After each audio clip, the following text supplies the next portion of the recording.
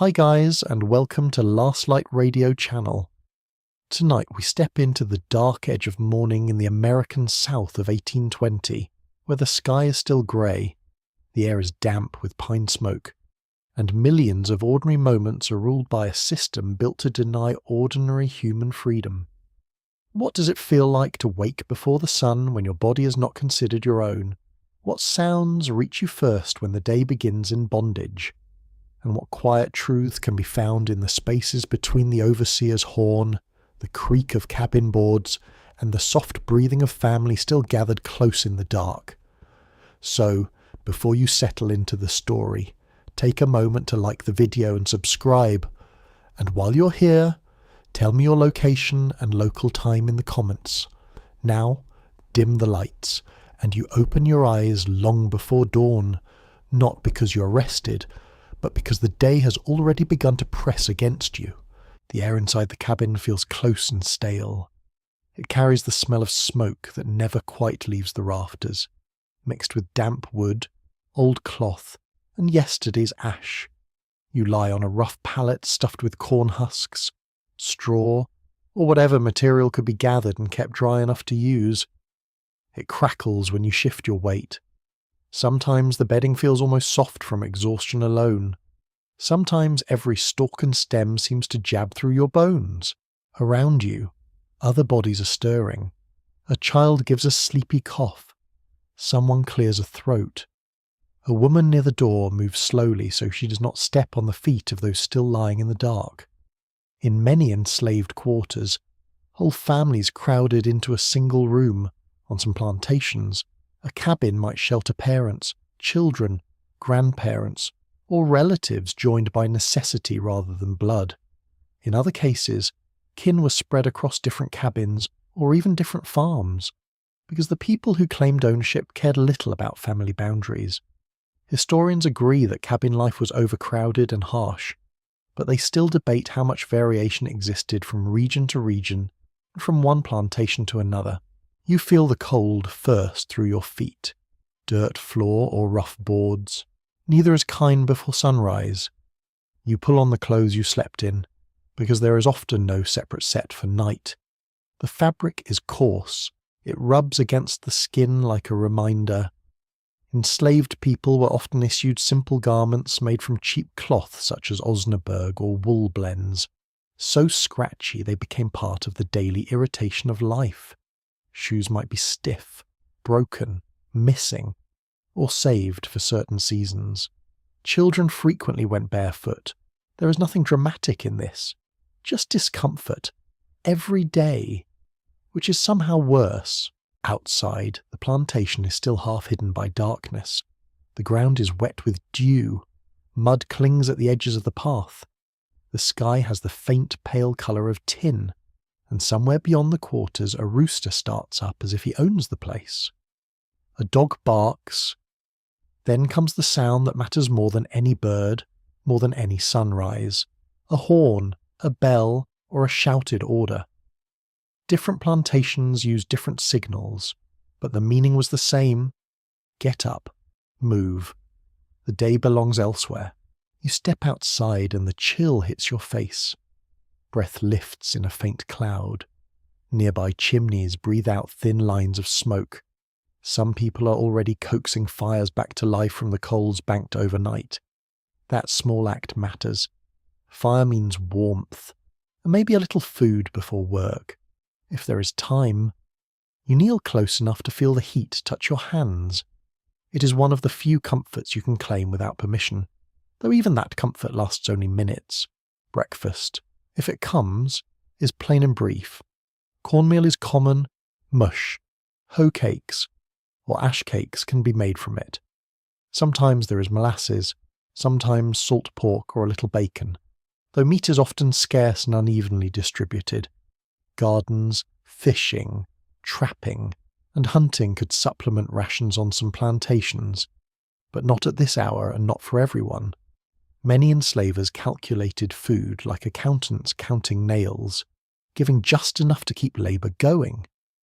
It was not generosity, it was management. You eat quickly because speed is part of survival. There is no slow morning here, no drifting into the day. Even hunger has a schedule, yet within that narrow time, life still shows its stubborn details. A mother smooths a child's hair with damp fingers, a man shares a crust without speaking, an older woman mutters a short prayer into the smoke, someone jokes, dry and low, about the weather, the mule, the master, or the fact that the cornmeal somehow tastes both burned and raw. Gentle humour survives in places where almost nothing else is allowed to.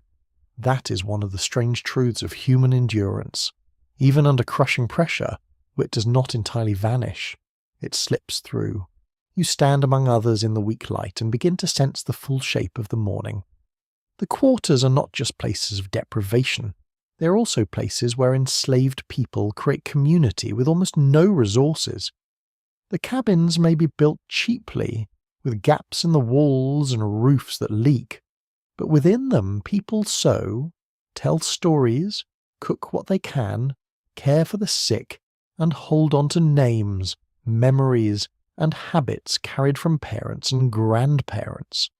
Some scholars note traces of West and Central African building customs, food preparation, and spiritual practice in the layout and life of these communities, though the evidence is fragmented and often filtered through hostile observers. Even so, enough remains to show that slavery never fully erased cultural inheritance. It tried. It did not entirely win. You start walking toward the day's assigned labour. The light improves by small degrees. Trees take on shape. Fences appear. The big house, if there is one, sits at a distance that feels both near and unreachable. On a large plantation, the physical arrangement itself teaches power. The enslaver's home is elevated, visible, often cleaner and larger than anything around it. The quarters cluster away from it, practical and exposed. The design speaks before any person does. One place commands, the other obeys. In 1820, slavery was deeply entrenched in the American South, and cotton was transforming the region with brutal speed. The cotton gin, invented decades earlier, had made short staple cotton more profitable, which increased the demand for enslaved labour across expanding plantations. Tobacco still mattered in places like Virginia and Maryland. Rice and indigo shaped parts of the coastal South. Sugar was rising in Louisiana, where the work could be especially punishing. So daily life depended very much on where you were. A person in the Chesapeake might wake to one set of tasks, while a person on a rice plantation in South Carolina faced another. But the basic structure remained the same. Your time was taken. Your labour enriched someone else. Your body carried the cost. As you move through the morning, you begin to understand that dawn is not peaceful here, even when it looks beautiful. Mist hangs over a field. Birds lift from a fence line. The sun stains the horizon with gold. It could be a lovely start to a day. And that is almost insulting. Beauty does not cancel cruelty. It simply arrives beside it, uninvited and indifferent. There are children awake too, though their mornings do not belong to childhood in any modern sense. Very young children might stay near the quarters with elderly people, or with women unable to do heavy labour. But many children began useful work early. They fetched water, scared birds from crops, gathered kindling, minded infants, carried messages, or learned tasks that would soon become permanent. By the age of 10 or 12, many were working in ways that looked very much like adult labour. That slow theft of childhood happened not all at once, but by inches. A bucket today, a bundle tomorrow, then a full day in the field. You notice the sounds sharpening as the plantation fully wakes, hoes striking ground, harness chains clinking, wagon wheels complaining over ruts, the low voices of people speaking carefully, the sharper voice of a white overseer cutting across them. On some plantations, enslavers were directly involved in morning organisation. On others, overseers or drivers managed the work. Drivers were sometimes enslaved men placed in authority over labour gangs, trapped in painful and morally impossible positions within the system. Historians continue to discuss how much power such men actually held, and how often they were able to shield others from abuse. The answer seems to depend on place, person, and circumstance.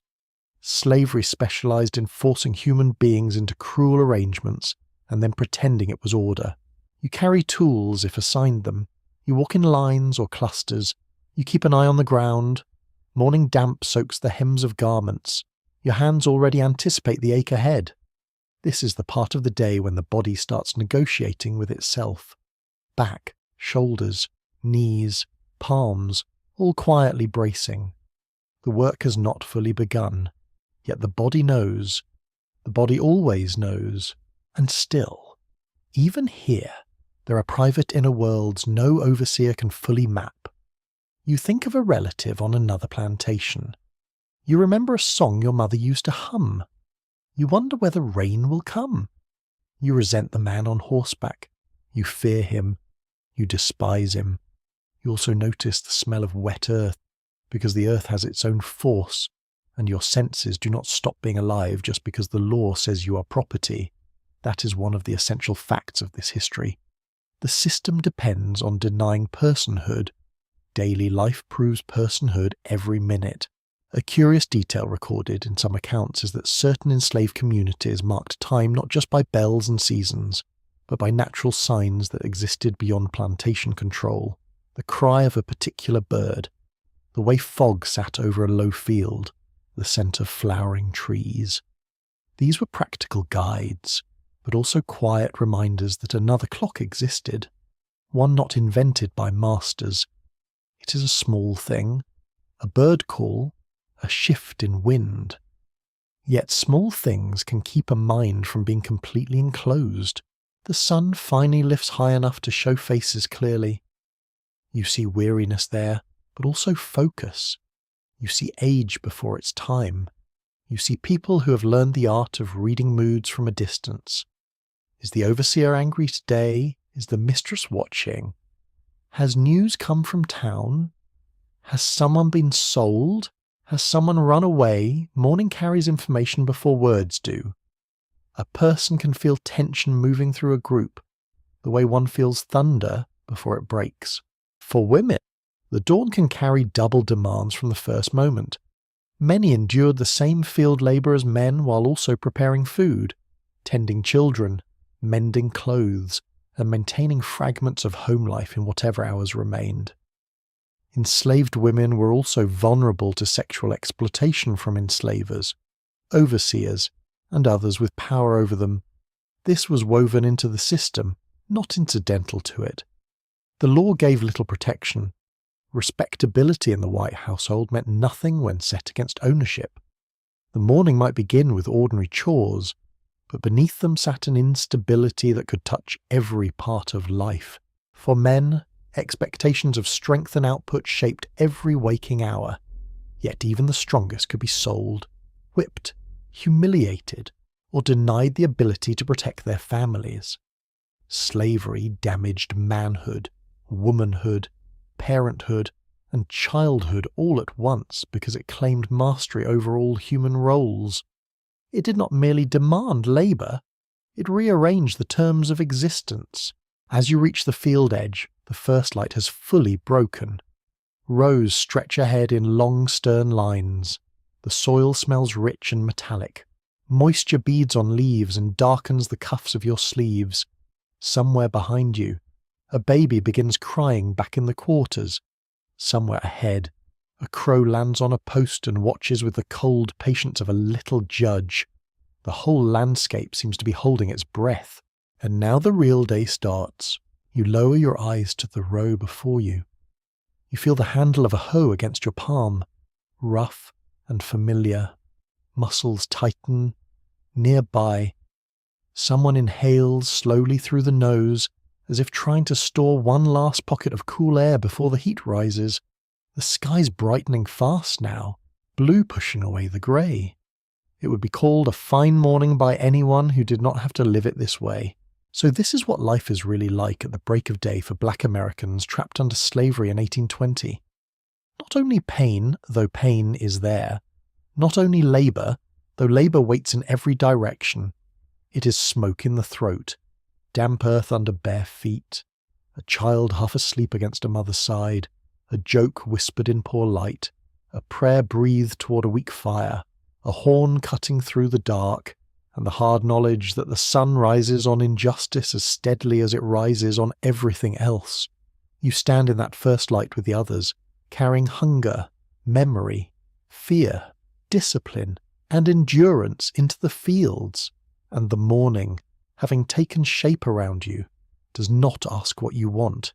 It simply opens. The cabin looks different once the morning rush has passed and a little light settles over everything. What felt like darkness and motion before dawn now reveals its full texture. The walls are rough, made from logs or planks that do not quite meet. Thin lines of daylight slip through the cracks. In winter, those same cracks invite cold air straight into your bones. In summer, they let in heat, gnats, and the long whine of insects that seem to vibrate inside your ears. The room is small, smaller in daylight somehow. A place expected to contain whole lives while barely managing to contain the weather. You step across the floor carefully, because nearly every object matters. A stool, if there is one, a pot blackened by fire, a wooden bowl, a gourd dipper, a blanket folded and saved from smoke when possible. Maybe a chest, maybe only a corner where clothing and tools are tucked away. On some plantations, enslaved families built or improved parts of their own cabins when time and materials could be stolen from exhaustion. They patched roofs, stuffed gaps with clay, hung scraps of cloth for privacy, and made shelves from leftover boards. The structure belonged to the enslaver on paper. The effort that made it livable belonged to the people inside it. That difference matters. A house is one thing, a home is another. The smell inside changes with the season and the hour. At dawn it is ash and damp bedding. By midday it can become warm wood, old smoke, and cooked cornmeal lingering in the air. If clothes are drying, there is the sharp scent of wet cloth. If someone is ill, medicinal herbs may be steeping nearby, adding bitter or sweet notes to the room. Rosemary, sassafras, mint, pine, onion, garlic, and other plants could be used in home remedies, depending on what people knew and what they could gather. Enslaved communities carried deep practical knowledge about plants, healing, and body care. Some of it came through African traditions, some through native and European exchange, and some through hard trial and error on American soil. Historians still argue about how precisely those strands blended in daily practice, because so much was passed down by voice rather than writing. You touch the wall and feel splinters. You touch the bedding and feel husks, straw, or wool so thin it hardly deserves the name blanket. Textures rule this life. Nothing is neutral against the skin. Coarse cloth scratches the neck. Hard shoes rub the heel raw. Bare soles harden from use, then split from cold or dryness. Even rest does not soften much. Sleep comes because the body collapses into it, not because comfort invites it. Clothing is one of the clearest ways the system shows its contempt. On many plantations, enslaved people received yearly or seasonal issues of garments, often made from cheap, rough fabric. Men might receive shirts, trousers, and perhaps a jacket in cold weather. Women might receive dresses, shifts, petticoats, or coarse wraps. The exact allotments varied, but no one was dressing for pleasure. Children often wore little more than a long shirt until they were older. When cloth tore, it had to be patched.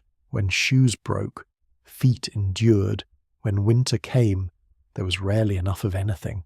You pull a sleeve between your fingers and feel how thin the cloth has become at the elbow. This shirt was poor when it arrived. Time has made it honest. There are repairs in several places, sewn by tired hands in failing light. Women and girls spent long hours mending, not because the plantation rewarded neatness, but because the alternative was worse. Needlework became a quiet battle against decay. A seam saved warmth, a patch saved modesty, a repaired hem saved another week of use. There is a certain irony in all this. Enslaved people produced enormous wealth through their labour, yet often lacked the most ordinary things. A cotton plantation might send bales to market, while the people who picked the crop wore rags.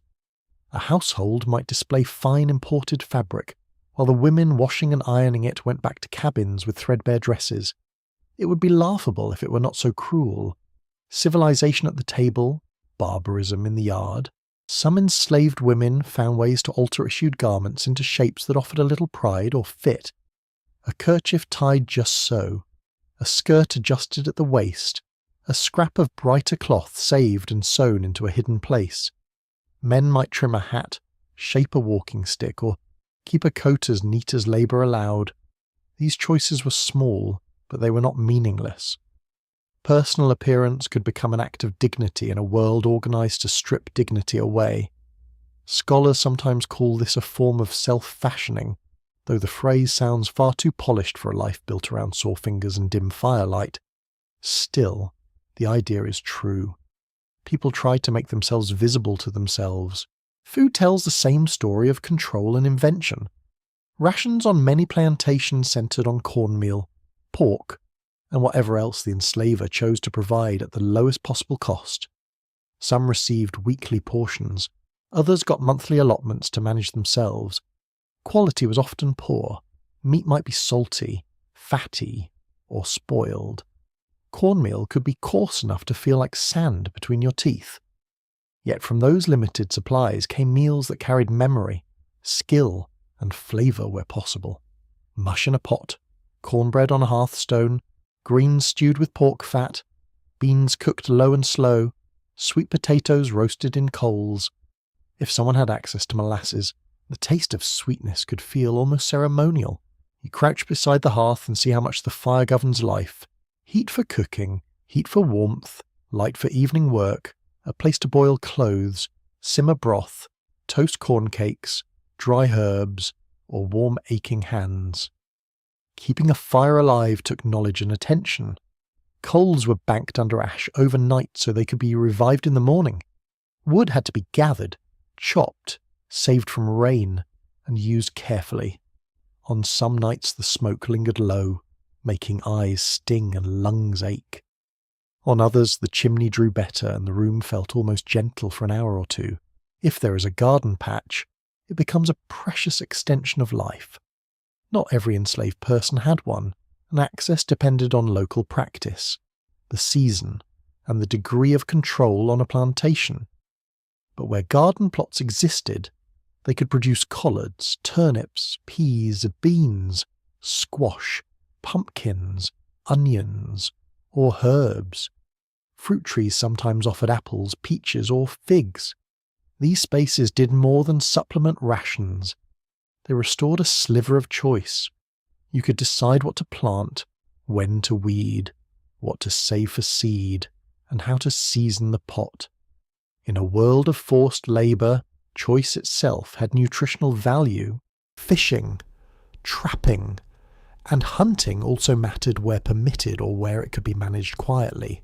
Rivers, creeks, marshes, and woods offered fish, turtles, rabbits, possums, and birds. Some enslavers tolerated this because it reduced the burden of feeding the enslaved population. Others restricted it sharply, fearing movement, weapons, or independent trade. There are accounts of people setting traps with remarkable skill or catching fish at night by torchlight. There are also plenty of stories of theft, accusation, and punishment tied to food. Hunger makes laws look very strange. A man can raise a whole field of corn and still be called a criminal for trying to eat better. You can imagine the taste of a meal that rises above the ordinary ration. Greens cooked tender with smoked meat, cornbread crisp at the edges, beans seasoned with onion, maybe a little sorghum or molasses, maybe wild berries in season. These meals did not erase hardship, but they transformed necessity into something shareable. Food could bind a family for a brief hour, It could mark a Sunday. It could honour a birth or soothe a sickness.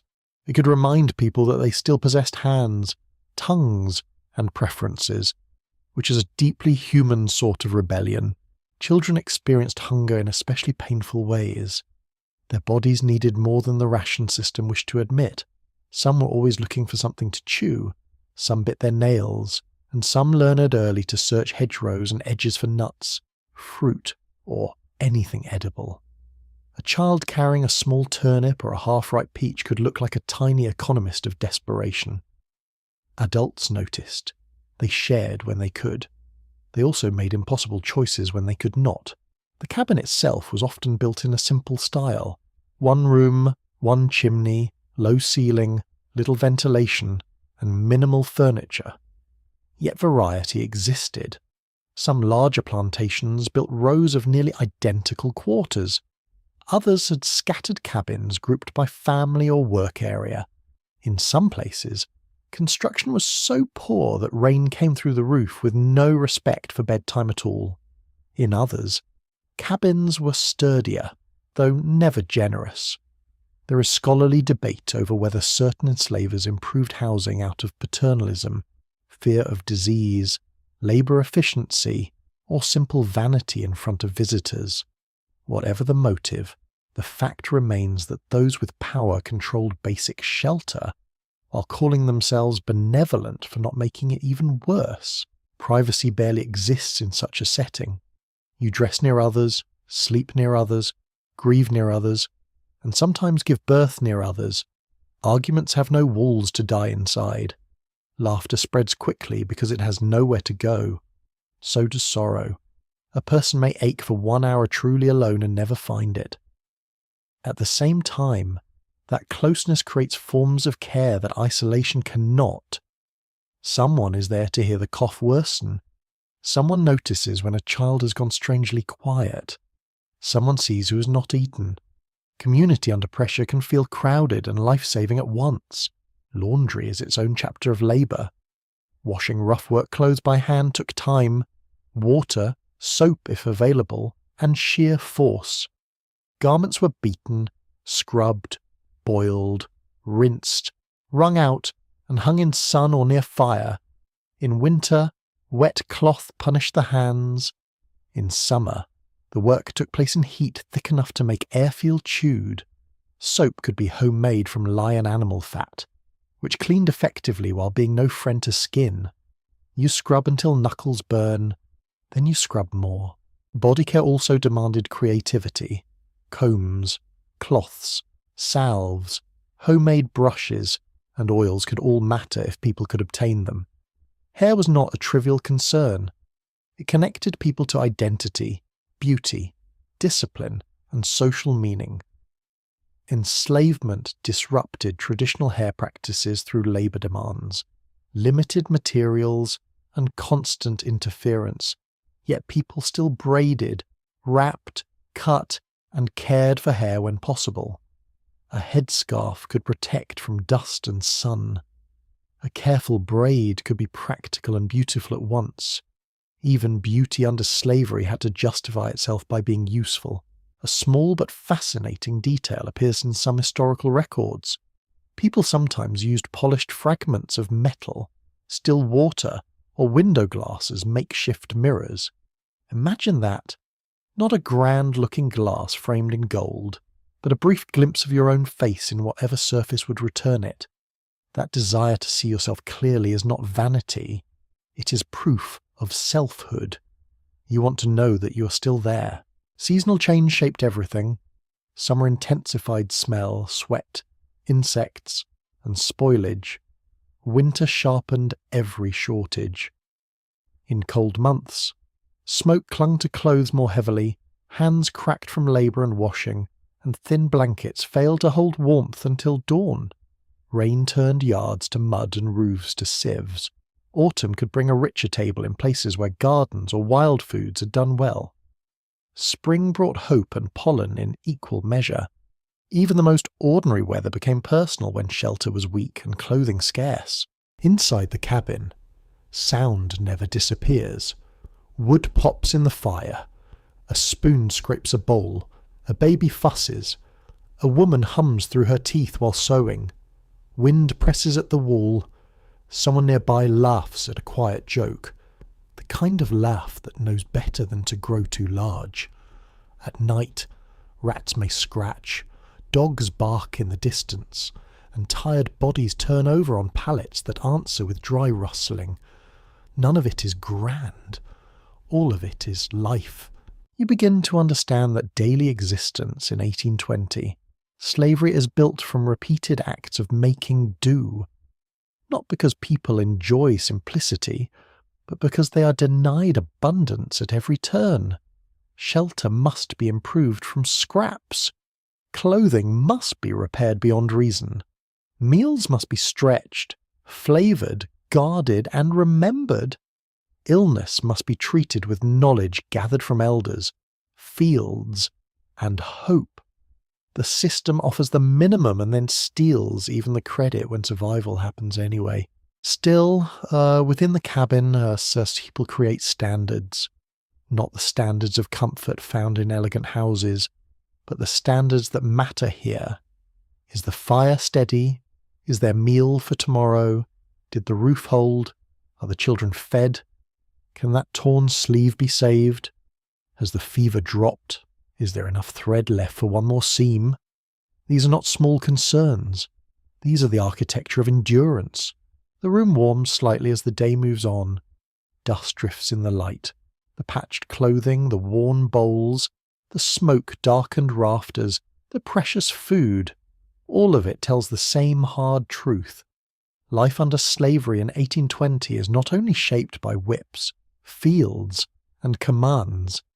It is shaped by what touches the skin, fills the stomach, and shelters the body when the day is done. You live among rough cloth, thin soup, stubborn gardens, leaking roofs, and careful repairs. You live by stretching what should never have been enough, and in that narrow, crowded space, human skill keeps answering cruelty with one more meal, one more patch, one more night endured. By the time the sun clears the trees, work has already taken hold of the day. You step into the field with a line of others, each person carrying a tool, a burden, or a silence. The ground is dark and damp at first, then slowly warming.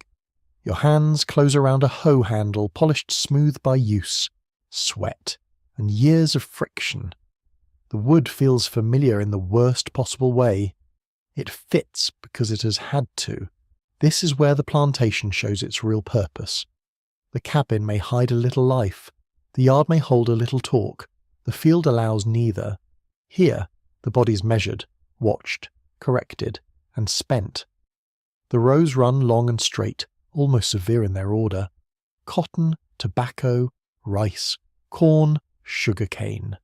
Each crop demands its own labour, but all of them ask the same thing in the end: bend, lift, cut, carry, repeat.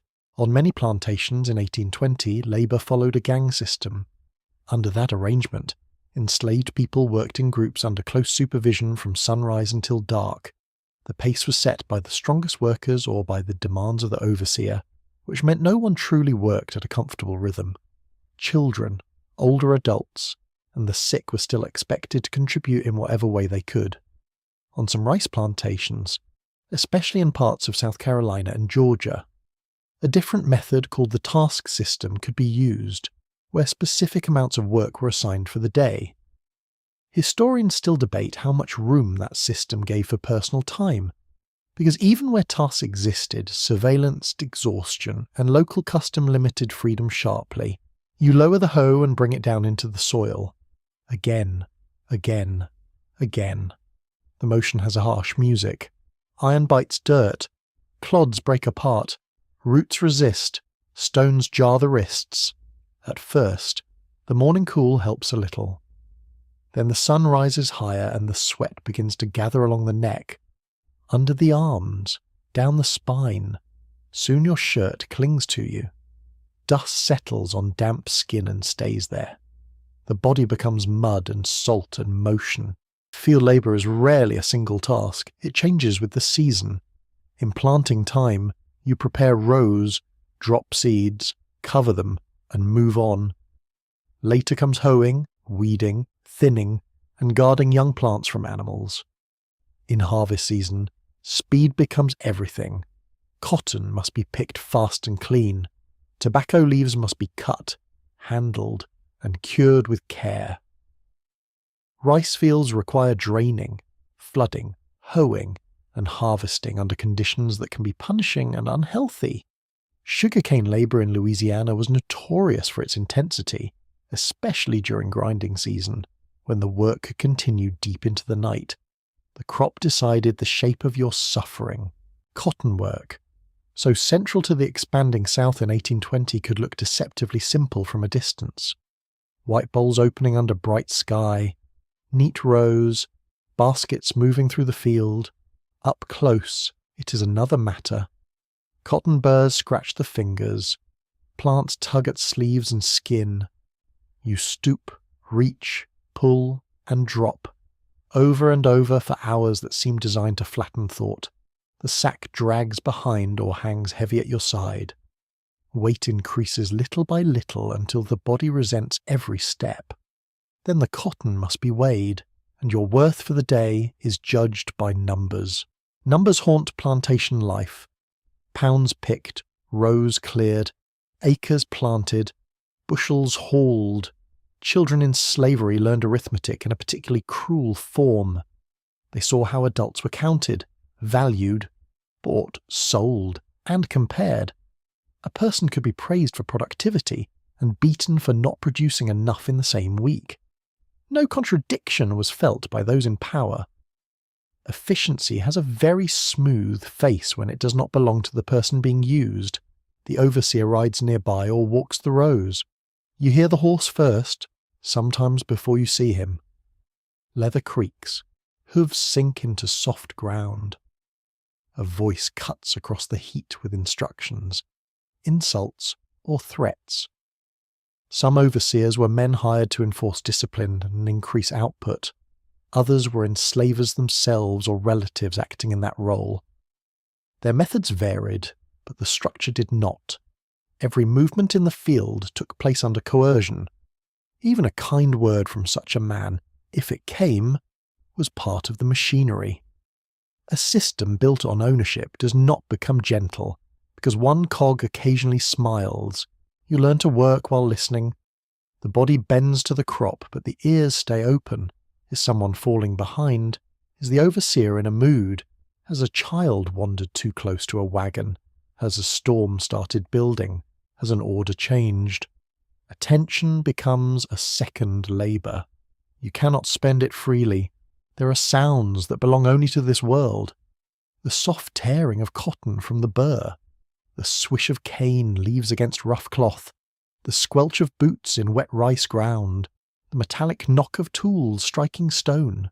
Wagon chains rattling over ruts. Someone coughing hard and trying to hide it. Someone humming under their breath until a warning glance stills the tune.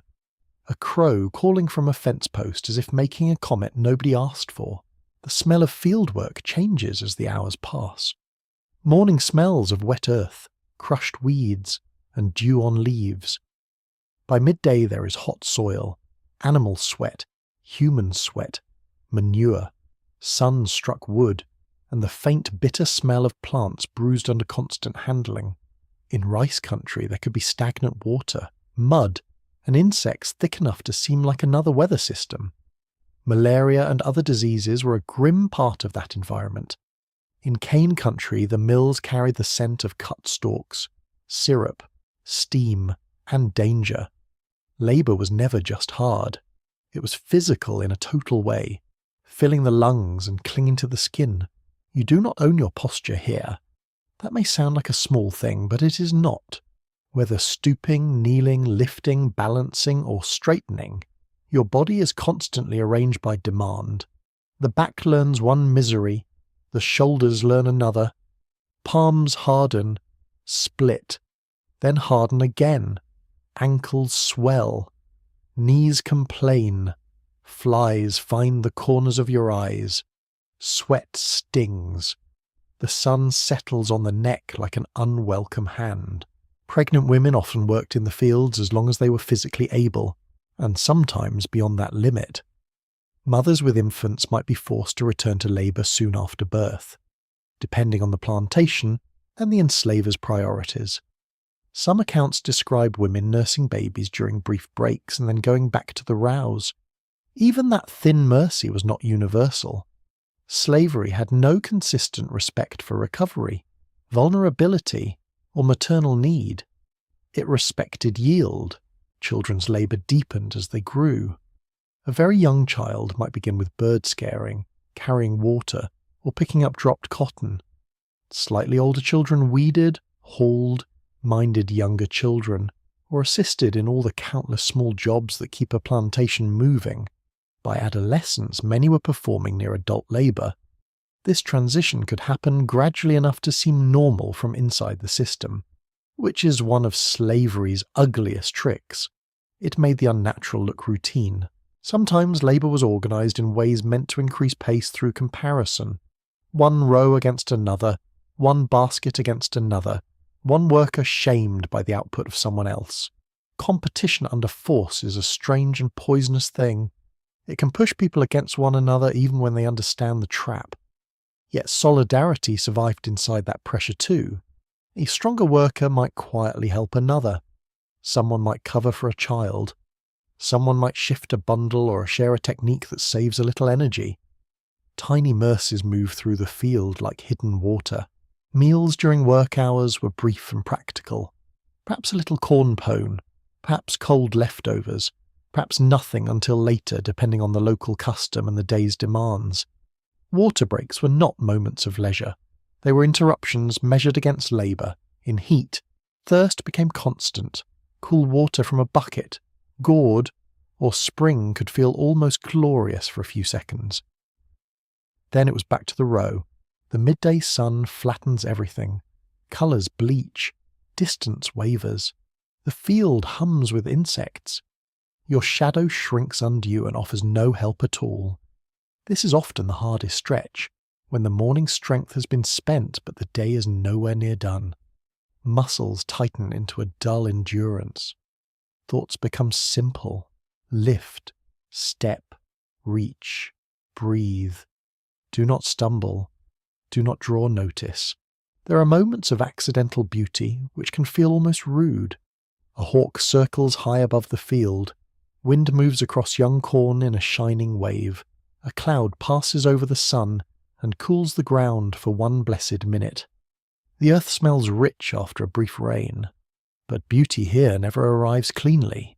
It shares the space with fatigue, fear, and coercion. It does not redeem them. A quirky but revealing detail from plantation records and reminiscences is that some workers developed highly skilled, almost personalized ways of handling tools to conserve energy. A certain angle of the hoe, a rhythm in cotton picking that reduced strain, a way of carrying weight to spare one shoulder for later. These techniques were practical, taught quietly, and sharpened by necessity. Efficiency from below looked very different from efficiency imposed from above. One tried to preserve the body, the other tried to consume it. Drivers, where used, occupied a difficult place within the labour order. These were often enslaved men assigned to oversee work gangs or relay commands. Some enforced discipline harshly under pressure from above. Others tried to shield people where they could, adjusting pace or softening commands without openly defying the system. Historians remain divided on how to judge these roles, because the choices available were constrained by threat, dependency, and survival. Slavery forced people into positions that no free moral world should ever require. The field also taught timing in a different sense. Workers learned how clouds gathered before rain, how soil changed under the foot, how leaves showed stress, how heat altered a crop, how insects could ruin a patch in days. Enslaved labourers often knew the land intimately, sometimes better than the men claiming ownership of it. They knew when seed should go in, when rot had started, when a horse was tiring, when a storm would flood the low ground. Knowledge, however, did not bring authority. Expertise without power is one of history's bitterest arrangements. As afternoon drags on, the body begins to bargain. Perhaps just to that stump, just to the end of this row, just until the next water bucket. Human beings are very good at cutting misery into smaller pieces. It is one reason so many survived what should not have been survivable. You do not endure the whole day at once. You endure 10 minutes, then 10 more. Sometimes song entered the field, not always, and not without risk or circumstance, but work songs could help regulate movement, ease isolation, or carry feeling through a place where open speech was dangerous. The rhythm mattered, so did the shared breath. Some songs had African echoes in structure or call and response pattern. Some were spiritual in tone. Some were improvised. Some were nearly swallowed by the wind. There is scholarly debate over how often singing occurred under direct oversight in different regions, but no serious doubt that music remained woven into labour where it could. The late afternoon light turns warmer, but the kindness is mostly visual. The body is sore now in earnest. Hands burn. The small muscles along the spine seem to vibrate with fatigue. Even the tool feels heavier, as though wood and iron absorb hours and hand them back as punishment. Nearby, someone straightens up slowly, one vertebra at a time. Another worker wipes sweat with the back of a wrist and leaves a streak of dirt across the cheek. Nobody needs to say they are tired. Tiredness has become the common language, and still the counting continues. Output is checked, loads are measured, shortfalls are noticed. Praise, when given, is usually less about humanity than quantity. A strong picker, a steady haw, a good hand. That last phrase was common and chilling. A good hand, not a good woman, not a good father, not a clever child, just a hand, as if the rest of the person might conveniently disappear. Yet the rest of the person never disappears, even here, even now. You think while you work, you resent while you work, you remember while you work, you plan supper, worry for your child, mourn someone sold away, notice the shape of a cloud, and perhaps store up a private anger that no weighing station can record. The field takes labour. It cannot fully take in a life. When the order finally comes to stop, the body does not at first believe it. Arms keep their rhythm a moment too long. Back and shoulders remain braced. Then the tool lowers. The line loosens. People gather sacks, baskets, hose, bundles. Feet turn toward the quarters or toward another task still waiting. Work in the field may end for the day, but other labour often follows. Feeding animals, carrying wood, cooking, washing, mending. The plantation is very inventive when it comes to using the last fragment of strength, so this is daily labour under slavery in 1820. Not an abstract institution, not a paragraph in a textbook. It is heat on the neck, dirt in the mouth, sweat in the eyes, numbers attached to a living body, and a day divided into units of effort owned by someone else. You move through rows that seem endless, watched by men who measure value in output, surrounded by others whose endurance is as visible as the soil on their skin. The field is a place of forced production, but it is also a place where human beings reveal skill, toughness, and quiet care in conditions designed to grind all three away. By sunset, the crop has taken what it can. You're still there. That, in itself, is something. You leave the open field behind and enter a different kind of labour, one that hides its harshness beneath polish, curtains, and quiet feet. The big house stands apart, often on higher ground, with a porch, glass windows, and rooms meant to display control as much as comfort. From a distance it can seem calm, even gracious. Up close, it feels like a theatre where every object must stay in place and every person must know their assigned mark. The first thing you notice is the contrast. The air indoors feels cooler, sometimes scented with beeswax, starch, roast meat, perfume, or wood smoke filtered through cleaner chimneys. Floors are swept, furniture shines, Fabric hangs where fabric is not needed, simply because it is pretty. There are framed portraits, silver dishes, clocks that tick with irritating confidence, and mirrors tall enough to reflect whole bodies. It is a world arranged to suggest order, refinement, and moral superiority. That illusion requires an enormous amount of hidden work. You are part of that hidden work. Domestic slavery in 1820 took many forms.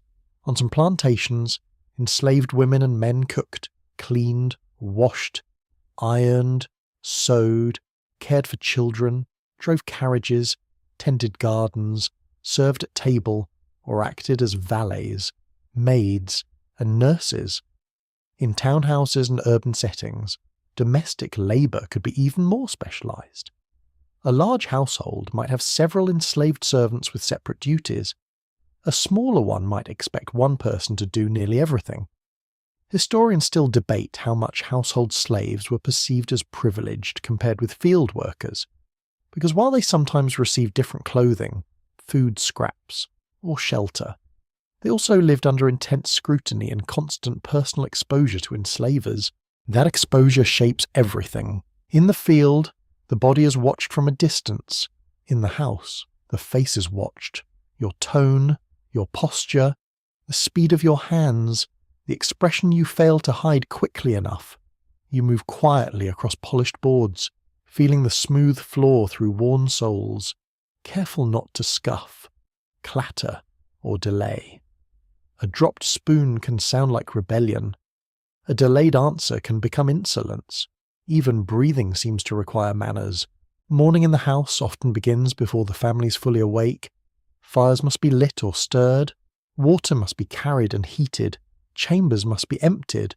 Wash basins filled. Breakfast prepared. Floors swept. Clothing brushed. Boots cleaned.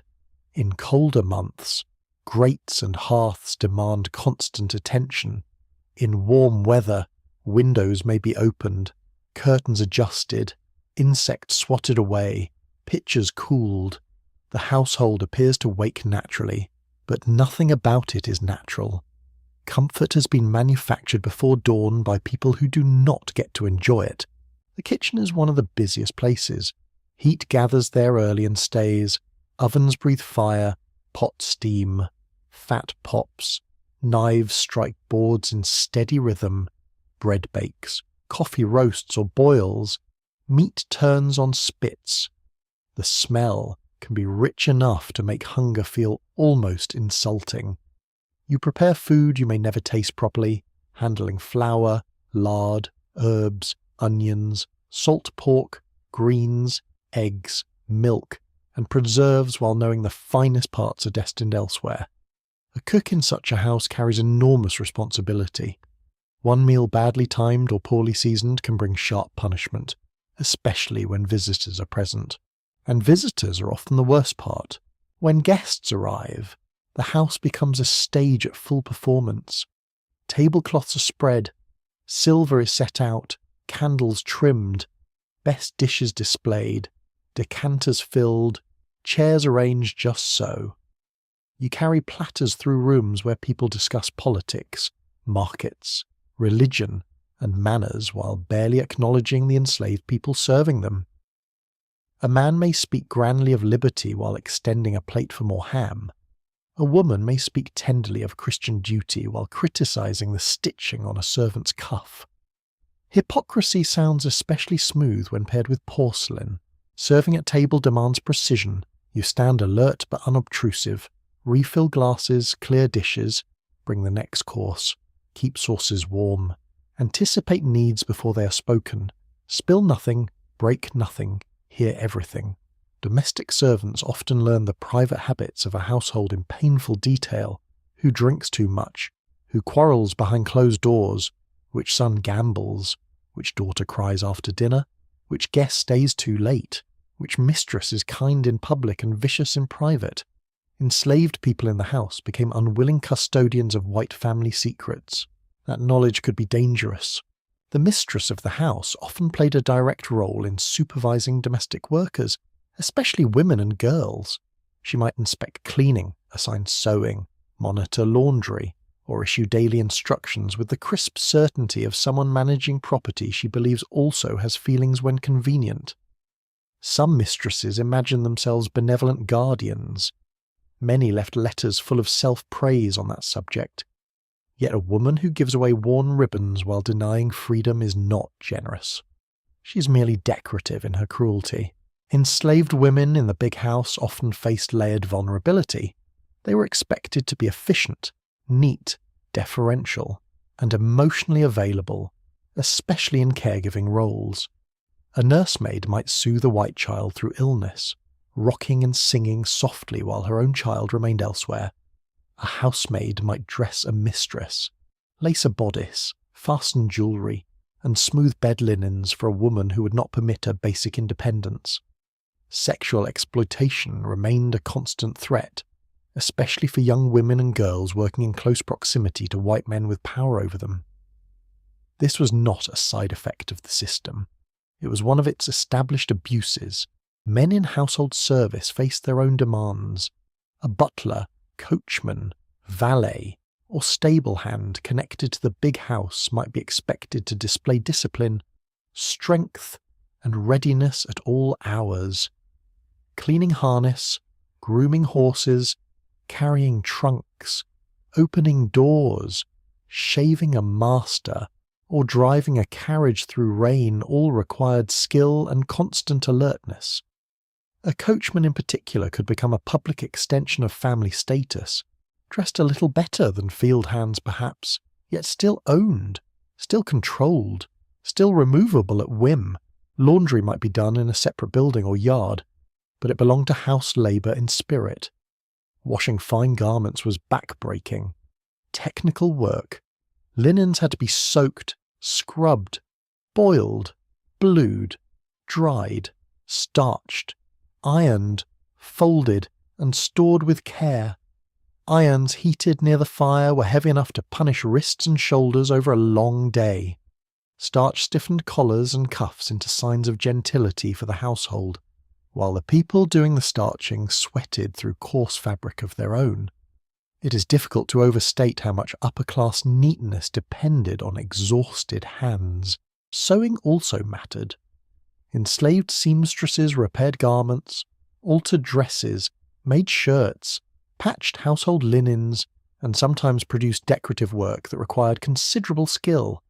Needlework could take place in better light than cabin mending, but that did not make it easy. Eyes strained, fingers pricked, instructions changed, standards rose without warning. A neat hem might pass unnoticed, a crooked seam could become a lecture on laziness. Perfection is always demanded most loudly by people who do not perform the labour themselves. You begin to sense the peculiar intimacy of house slavery. The big house is full of physical closeness and emotional distance. You carry a tray inches from a guest's shoulder. You brush lint from a coat. You wash a child's face. You lift hot water to a bedroom where the family still lies under quilts. Yet no amount of proximity grants equality. In fact, closeness often sharpens the insult. You're essential but never acknowledged as fully human. Familiar but never free. Children in the big house sometimes formed attachments to the enslaved people who raised, fed, and soothed them.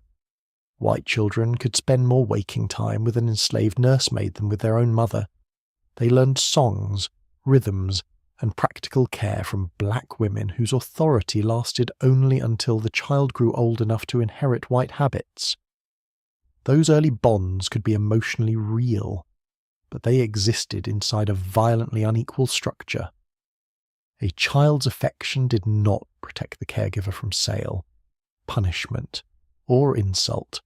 Sentiment was not power. Some enslaved domestic workers moved between house and town, carrying goods, messages, baskets, or market items.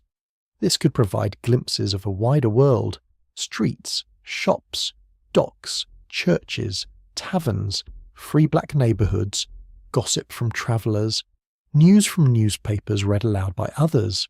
Such movement could bring information otherwise hard to get.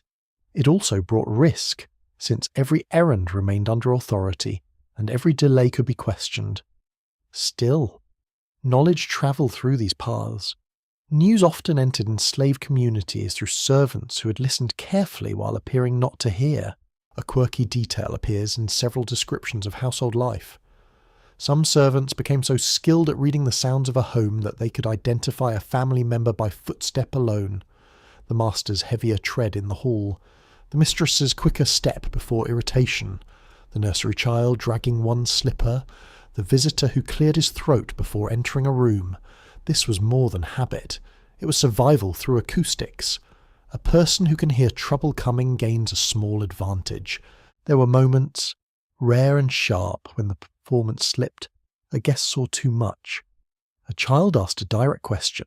A servant's exhaustion showed plainly. A mistress lost her temper in front of company. A bruise could not be explained away. The grand house relied on constant maintenance not only of floors and silver, but of fiction. It needed to present slavery as orderly, even affectionate. Yet the truth leaked through in the strained smile, the hurried command, the hand that trembled while pouring coffee. Religion often played a strange role in the big house. Family prayers, Sunday scripture, pious sayings embroidered on cushions, sermons discussed for supper. Meanwhile, enslaved servants laid the fire, roasted the meat, buttoned the coats, and carried the children into church clothing. Christian language floated through rooms shaped by ownership. Some enslavers sincerely believed themselves moral. That may be the bleakest comedy of all. A conscience can survive astonishing contradictions when profit helps it along. Meals downstairs or in service areas were usually humbler and hastier than those upstairs. Domestic workers might receive leftovers, cornmeal, fatback, or portions distributed by the household. Sometimes these scraps were better than field rations. Sometimes they were simply different. Better scraps are still scraps. Hunger does not become respect because it arrives on a cracked plate instead of in the field. Night work in the house could stretch very late. Candles had to be snuffed, dishes washed, parlours restored, clothing laid out for the next day, beds turned down, children settled after fever, fright, or spoiled manners. A party or dinner might keep servants on their feet for hours after guests had begun yawning pleasantly about retiring. The elegant evening, remembered fondly by the family, was often remembered by the enslaved staff as aching legs, grease-stained cuffs, and one more night cut short. Some domestic workers were taught specialized tasks that demanded considerable intelligence, managing pantry supplies, preparing medicines, preserving fruit, assisting in childbirth, mixing cleaning solutions, handling accounts in a limited way, driving routes across rough roads, caring for valuable fabrics. None of this translated into recognition as skilled labour in the modern sense, though it plainly was. Slavery depended on black expertise while denying black competence whenever dignity might follow from it. There is a scholarly uncertainty about how domestic workers viewed their own positions relative to field labour. Some certainly preferred indoor work to extreme heat or heavy hoeing. Others hated the closeness, the humiliation, and the impossibility of escaping white moods. For many, the difference was not between good and bad, but between one form of coercion and another. Shade is not freedom. Silver is not freedom. A cleaner floor is not freedom. As evening settles around the house, lamps glow in windows and the rooms take on a softer appearance. Candlelight flatters everybody. It smooths wallpaper, brightens silver, softens faces, and makes power look almost tender. Yet beneath that glow are sore feet, stinging hands, tired eyes, and minds trained to stay cautious even in stillness. You move through these rooms like a shadow that cooks, cleans, carries, anticipates, and disappears. So this is what life can be like inside the big house in 1820. Not ease, only different pressures, not comfort, only proximity to comfort that belongs to someone else. You work among polished furniture, rich food, starched linen, and practiced manners, all maintained by labour meant to remain invisible. You hear private conversations, no family secrets, and feel the closeness of power in every hallway. The house presents itself as civilized. Your daily reality exposes the cost of that civilization. One swept floor, one filled pitcher, and one silent step at a time. Love does not disappear just because the law refuses to honor it. In 1820, under slavery, family life for black Americans exists in a condition of tenderness under threat. You find affection in places the system cannot fully regulate. A hand resting briefly on a shoulder. A mother humming while she braids a child's hair. A father teaching a boy how to tie a cord or mend a handle. A grandmother passing along a recipe with more instinct than measurement. These things are ordinary in one sense. In another, they are acts of determination. The system does not want families to feel secure. It wants labourers, births, obedience, and continuity of property. It does not care much for marriage as enslaved people understood it, and it rarely protects the bonds that matter most. You may live with your spouse. You may live on a neighbouring plantation and only see one another at night or on Sundays. You may have children in one cabin and parents in another county. Everything depends on sale, distance, whim, inheritance, debt, and the mood of those holding power. Your deepest attachments exist on ground that can shift without warning. That instability shapes the smallest moments. When a child runs back late from carrying water, your heart rises too fast. When a wagon comes up the road with strangers, the whole yard seems to listen. When the enslaver calls names in an unusual tone, work pauses inside the mind, even if the hands keep moving. Fear can enter a family before any bad news arrives. It sits in the doorway like another person, and yet families form anyway. Marriage among enslaved people took many forms because the law refused them legal standing. Some couples mark their union before kin and friends. Some received the informal permission of an enslaver. Some jumped the broom, though historians still discuss how widespread that custom was in 1820, and how much it varied by region and memory. Some simply began a life together in the only way possible, through public commitment inside the community. No certificate from a courthouse could give that union its meaning. The meaning came from shared labour, mutual care, and the decision to endure side by side. A husband may work on one plantation while his wife belongs to another owner nearby. These so-called abroad marriages were common enough in some regions to shape whole patterns of life. A man might walk miles after work to see his wife and children, arriving late, tired, and carrying what little food, news, or comfort he could. Then before dawn he might walk back again. Imagine that level of devotion under those conditions. Mud on the road, dogs barking, patrols on the path, feet sore, stomach half full, body already spent, still he goes. Love can be very stubborn. Inside the cabin, family life is built from fragments of time. A mother ties up a child's torn sleeve while the pot simmers. A father carves a small toy from scrap wood. An older sister hushes a baby with rhythmic rocking learned from women before her. Someone laughs when a toddler says a word wrong. Someone else wipes a nose with the edge of an apron. There is discipline too. Elders correct disrespect, teach chores, insist on useful habits. Survival requires instruction. A child must learn not only manners, but caution. Who to avoid, when to stay silent, how to read danger in adult voices. Children grow inside this strange mixture of warmth and threat. They are loved intensely, sometimes with a tenderness sharpened by uncertainty. Parents know they cannot promise safety. They promise what they can instead. Food, if there is food. Comfort when there is time. Stories when the day ends. Protection in the immediate moment, even if tomorrow remains unwritten. That kind of parenting carries a quiet heartbreak. You pour care into a future you're not allowed to secure. Naming also matters. Children might be named for parents, grandparents, biblical figures, admired people, or family lines carried in memory. Names could preserve kinship when documents did not.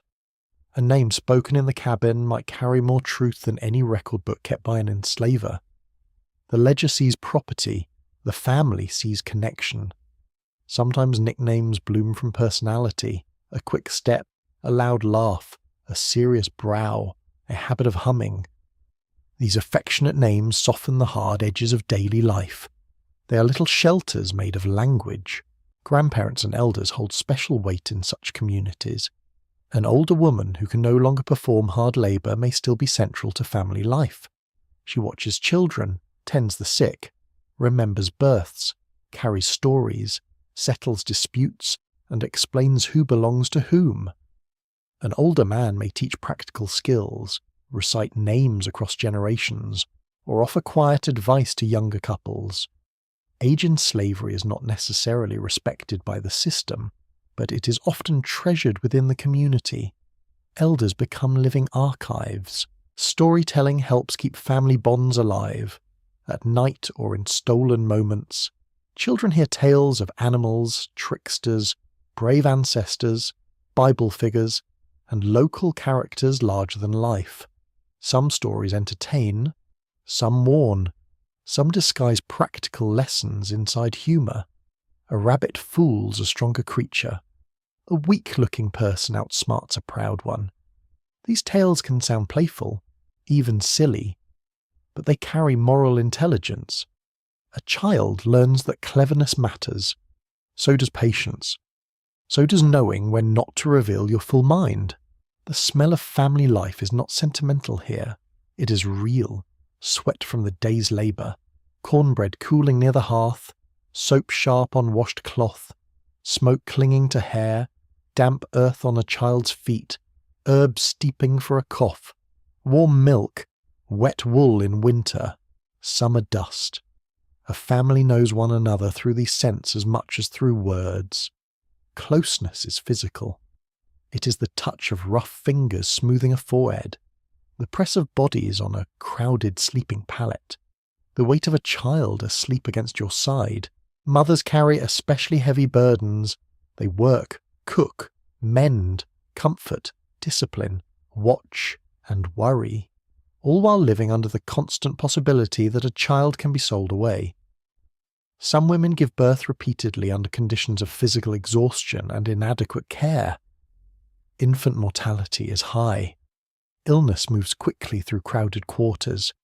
There are nights when a mother listens to a child breathe and counts each breath, as if vigilance alone might hold the little body in the world. Sometimes it does not.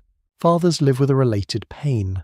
The system denies them legal authority over their own children, and often denies them the practical means to protect them.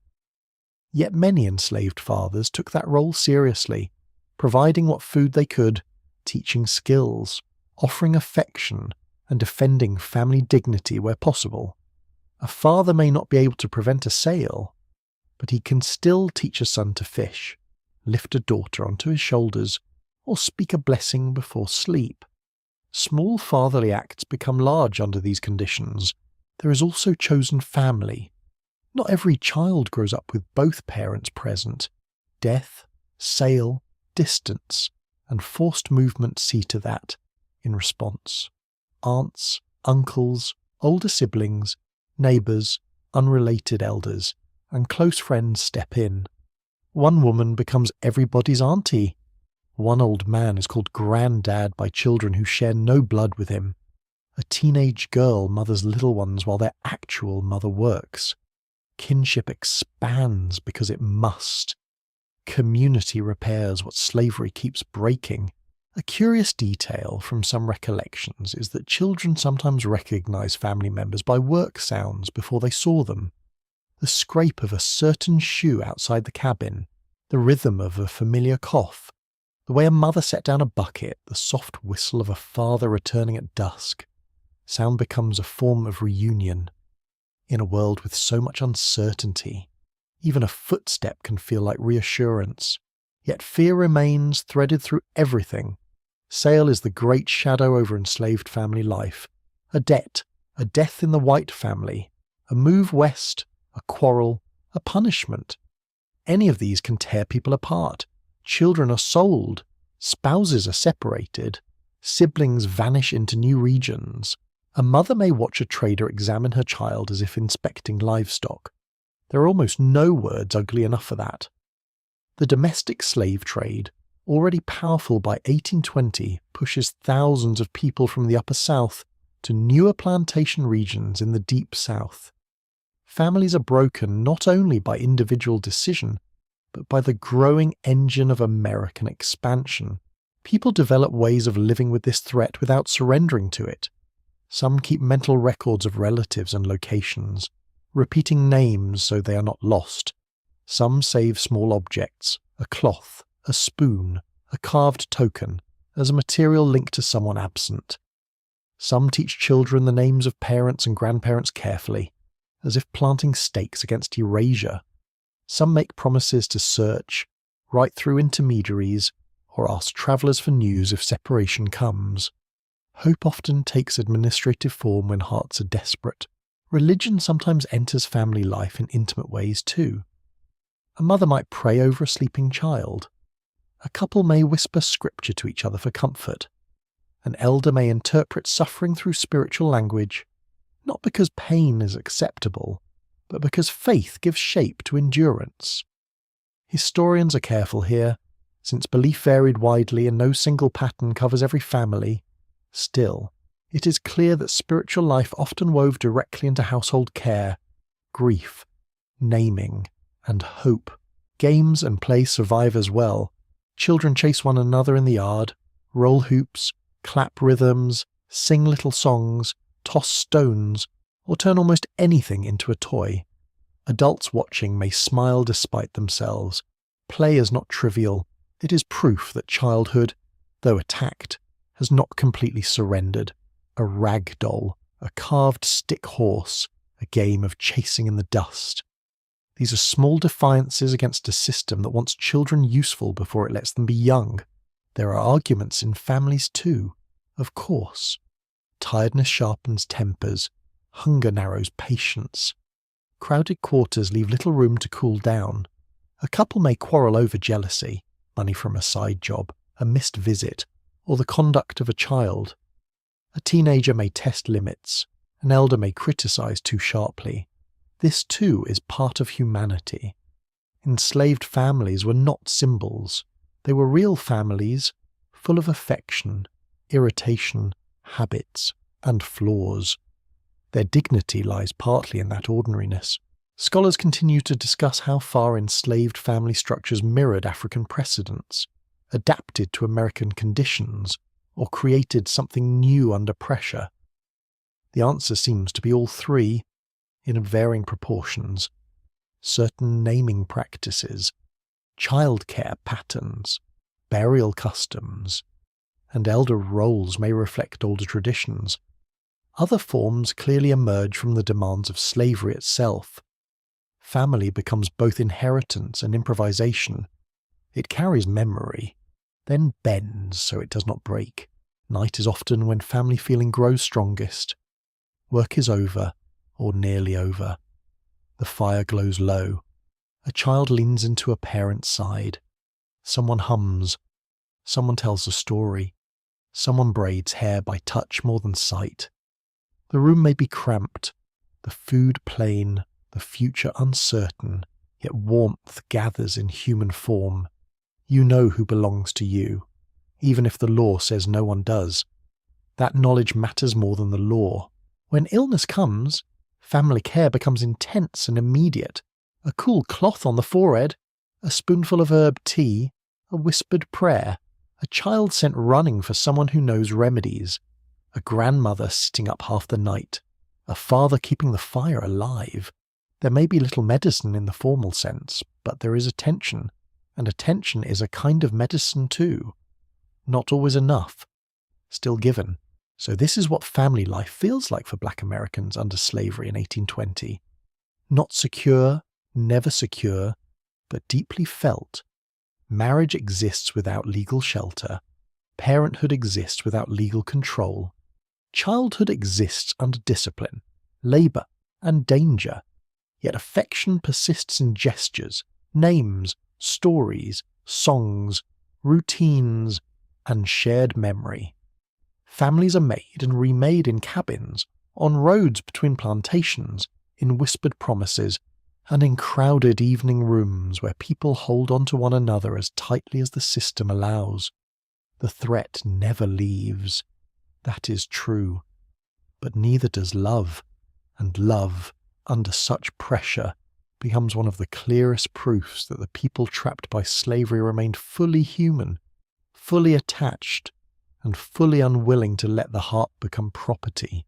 When the day loosens its grip and the worst of the labour is done, another world begins to stir. It is quieter, but not empty, softer, but not weak. This is the part of life that cannot be measured in pounds of cotton, rows of corn, or hours at the wash kettle.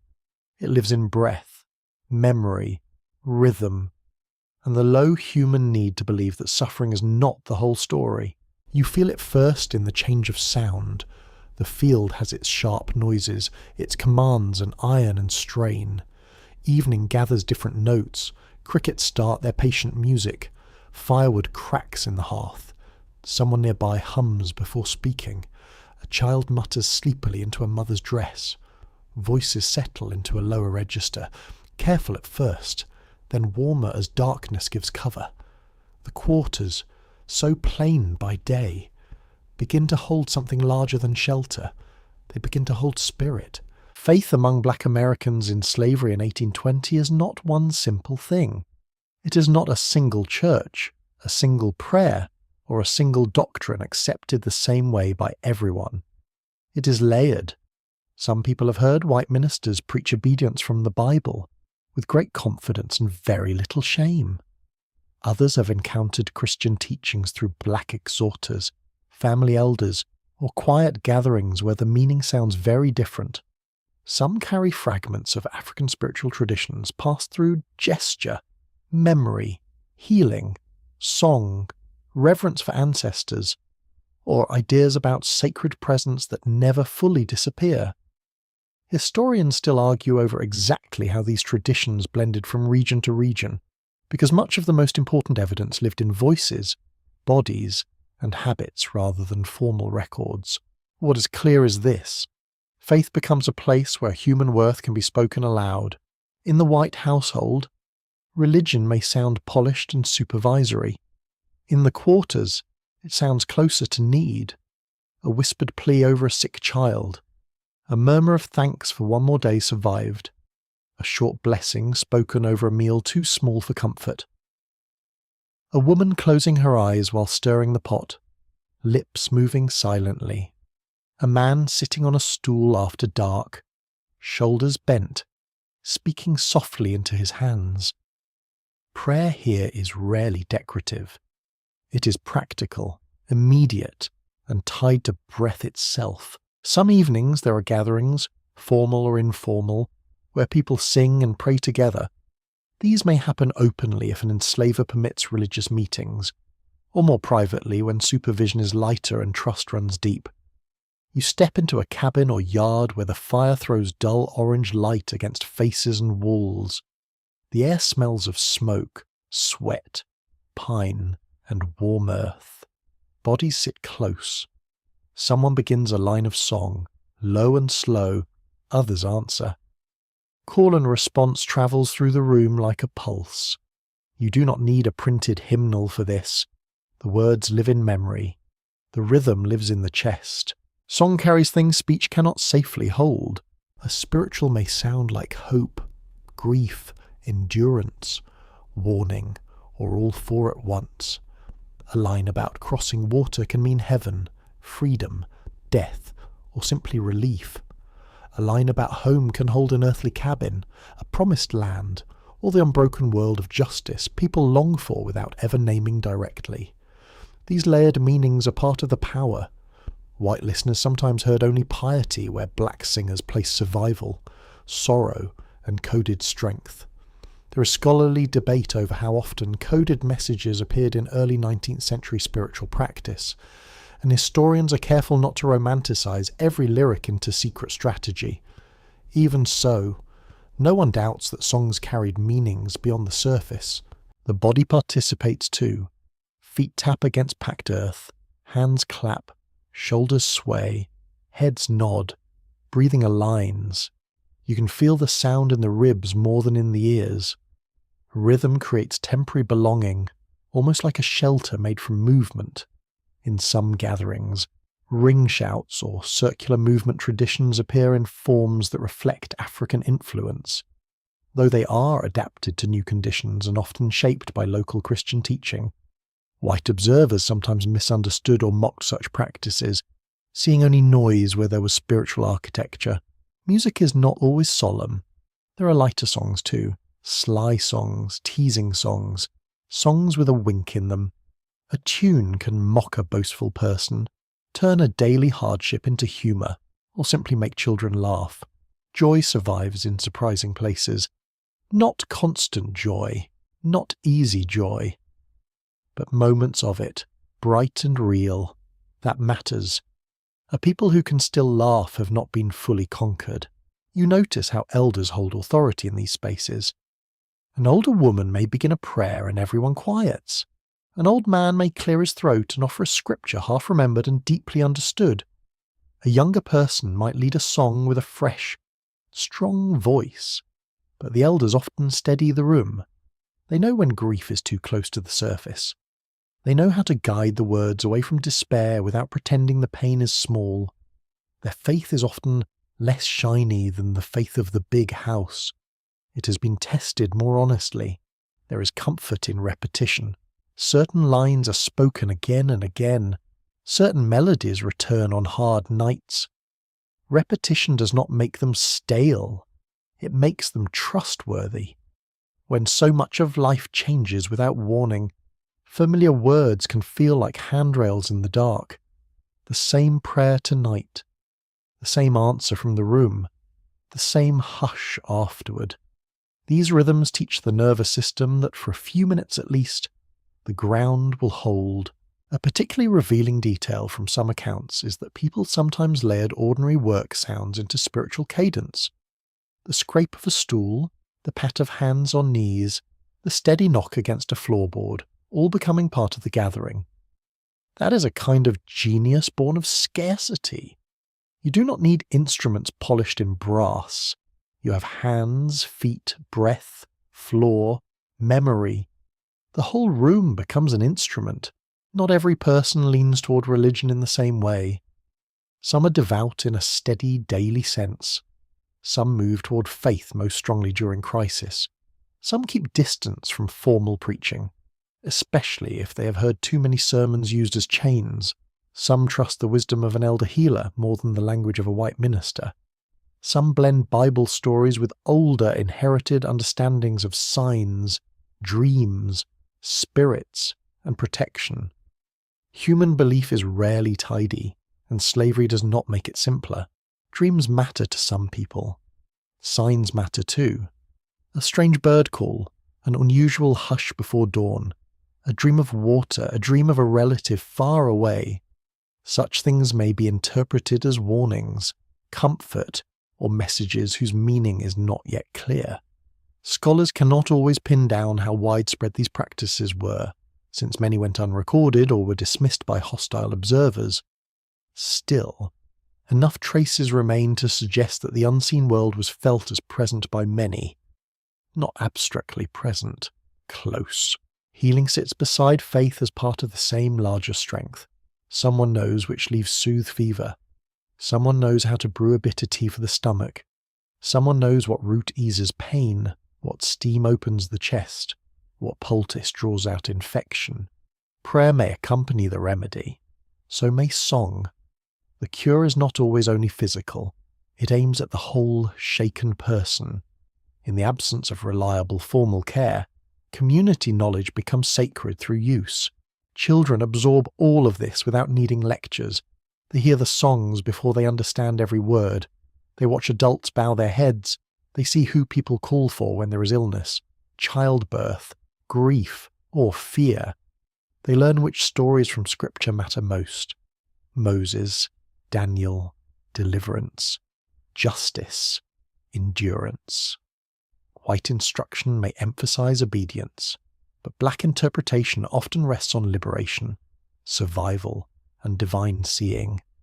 You can forbid freedom in law more easily than you can remove it from imagination. There are moments when people gather outside, away from immediate scrutiny, perhaps near trees, at the edge of a field, or in a hollow where sound does not carry as far. These secret or semi-secret meetings later came to be remembered in some places as hush harbours, though the term itself is more associated with broader 19th century memory than any single year. Whether in a cabin or a wooded place, the impulse is the same: to make a sacred space not controlled by the enslaver, to speak honestly, to cry if needed, to sing full strength for a few minutes, to let the soul uncurl. Crying is part of this world too. Quiet crying, open crying. A woman weeping during prayer for a child who died.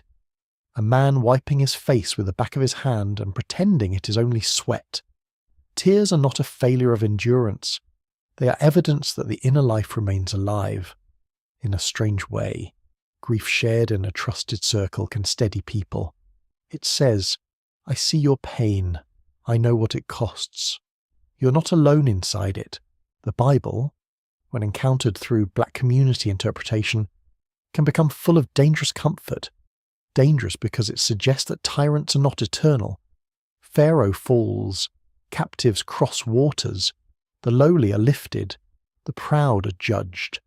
These are not mild ideas in a slave society. Even when no one states the political meaning directly, the emotional force is unmistakable. Historians differ on how explicitly enslaved people in 1820 connected biblical deliverance to their earthly condition in every region. But the pattern appears often enough to be deeply persuasive. There is also a quieter kind of sacred strength in ordinary blessing. A mother tracing a hand over a child's head before sleep.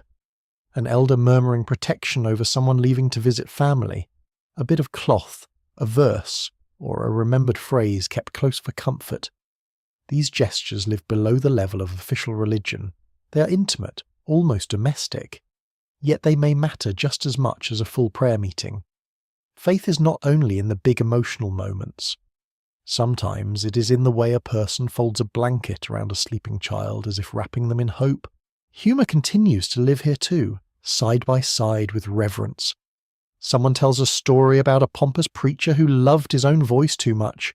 Someone imitates a white person singing badly and the room stifles laughter.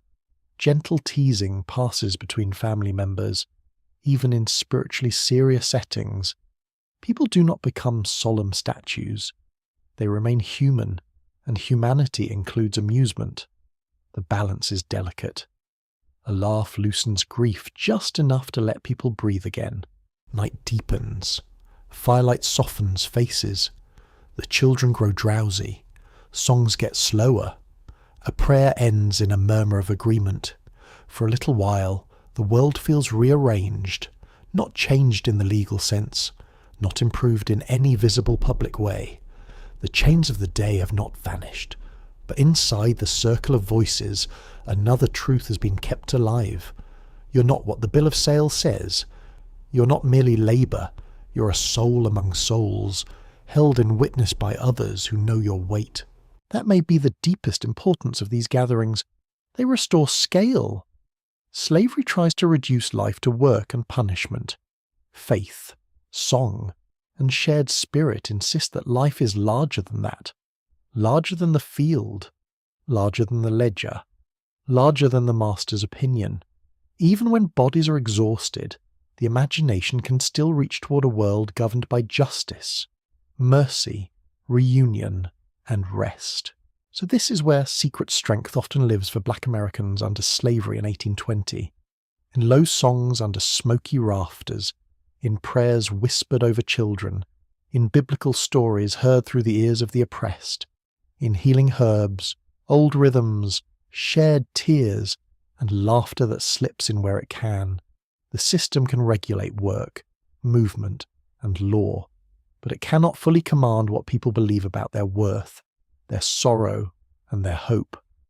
In that hidden interior country of faith and song, people make room to breathe, and sometimes, in that room, they become strong enough to face another day. Fear is built into the landscape, not only in the obvious places, though those are bad enough, but in the ordinary pathways of the day. It lives in the pause before a name is called, in the quick turn of a head when hoofbeats sound on the road, in the way conversation changes shape when a white face comes near. Under slavery in 1820, punishment is not merely an occasional eruption, it is part of the design. Surveillance is not an extra burden laid on top of labour, it is the frame around it. You feel this most sharply in how people watch themselves. A person measures tone before speaking, measures speed while working, measures posture while standing still. Too slow can be called laziness. Too quick with an answer can be called insolence. Looking down too much may seem sullen. Looking up too directly may seem bold. Slavery invents endless ways to turn human behaviour into an offence. It is a system with a very creative imagination for blame. On plantations, discipline may be carried out by the enslaver, an overseer, a driver under pressure from above, or another white authority connected to the property. The method varies from place to place, but the intention remains plain. Keep people afraid enough to obey. Keep them uncertain enough not to trust security. Keep them visible. Keep them divided where possible. Punishment is meant to hurt the body, certainly, but it is also meant to travel through the mind of everyone who hears about it. That is why even rumour matters. You hear that someone was whipped for breaking a tool, or for arguing, or for leaving the plantation without a pass, or for being suspected of stealing food, or for nothing anyone can clearly explain, which is often the most frightening version. Unclear punishment teaches the harshest lesson of all. If there is no stable rule, then safety cannot be calculated. Every person must live in a kind of nervous guessing. The sounds of punishment often arrive before the facts. A raised voice near the yard, the crack of force carried across distance, the sudden stillness among those nearby. A child hushed too quickly, a door shut hard. People do not always need to witness violence directly to feel its effect. Sound alone can spread dread through the quarters. So can the sight of a person returning slowly, face altered, shoulders drawn tight, silence gathered around them like another layer of clothing. There were many forms of punishment under slavery. Whipping was common and notorious, though not the only method. People could be beaten, shackled, locked up, deprived of food, forced into extra labour, threatened with sale, or made to wear humiliating restraints. Some punishments targeted movement, some targeted speech, some targeted the body as spectacle, so others would learn what not to do. Historians differ on how frequently certain methods appeared in different regions and households, because records are uneven, and enslavers often minimized what they did. No serious scholar doubts the central point. Violence was ordinary. For women, punishment could take especially cruel and gendered forms. The same system that demanded labour also exposed them to physical discipline, humiliation, sexual coercion, and the threat of harm to their children. A woman who resisted an order might face not only force against herself, but danger reaching outward into her family. For men, punishment often aimed at breaking pride, strength, and public standing. A man might be punished in front of others precisely because the system feared his dignity. Slavery was always trying to teach people that they could not protect themselves or those they loved. Children learned fear early, not always through direct punishment at first, but through atmosphere. They see adults go quiet at certain sounds. They notice which roads are avoided. They learn that a white person's anger can change the whole evening. A child may not understand every rule, but understands very quickly that white authority carries danger. That lesson settles into the body long before it becomes language. Surveillance extends far beyond the moment of discipline itself. On a plantation, you may be watched while working, watched while moving between spaces, watched in the yard, watched in the house, watched in the stable, watched at the smokehouse, watched through reports made by others. Some enslavers prided themselves on knowing everything. That was partly fantasy, of course. No human being controls that much. But the performance of total knowledge was powerful. If people believe they may be seen at any moment, they begin to censor themselves. Passes become one tool of this system. In many places, enslaved people needed written permission to travel off the plantation, whether to visit family, carry goods, attend work for the owner, or move after dark. A scrap of paper could separate a tolerated journey from a punishable one. This made literacy and paperwork into instruments of control, which is a very modern sort of cruelty. Really. A line of writing becomes the difference between ordinary movement and criminality, except the so-called crime is simply walking while owned. Night patrols, often known as slave patrols, deepen this pressure. These groups of white men, sometimes appointed and sometimes eager volunteers, move through roads and rural spaces searching for enslaved people away from plantations without authorization. Their stated purpose involved order and security. Their real function was terror, enforcement, and the prevention of escape or assembly. Patrols could demand passes, question movement, break up gatherings, enter cabins, and inflict violence. In some regions, especially in the South, patrol systems were well established by 1820. Their presence meant that even the dark did not reliably belong to the people forced to live under the day. Imagine hearing riders in the night, not knowing whether they will continue past or turn in, not knowing whether they are searching broadly or coming for someone specific. Dogs stir. A child wakes. The yard listens. There is something uniquely exhausting about danger that might arrive but has not yet arrived. Anticipation can tire a person almost as much as the event itself. Inside the quarters, surveillance may also flow through informal channels. Some enslavers rely on informers, or believe they do. People under pressure sometimes report on one another to gain favour, avoid punishment, settle grudges, or out of simple fear. This does not mean trust disappears entirely, or just far from it. Deep trust exists in many communities, but slavery works hard to poison it. A whispered conversation always carries the question of who else may hear, and what they may do with what they hear. There is a scholarly uncertainty about how much constant surveillance was truly effective in practice. Plantations were large, white supervision was imperfect, and enslaved people developed many ways to preserve privacy in plain sight.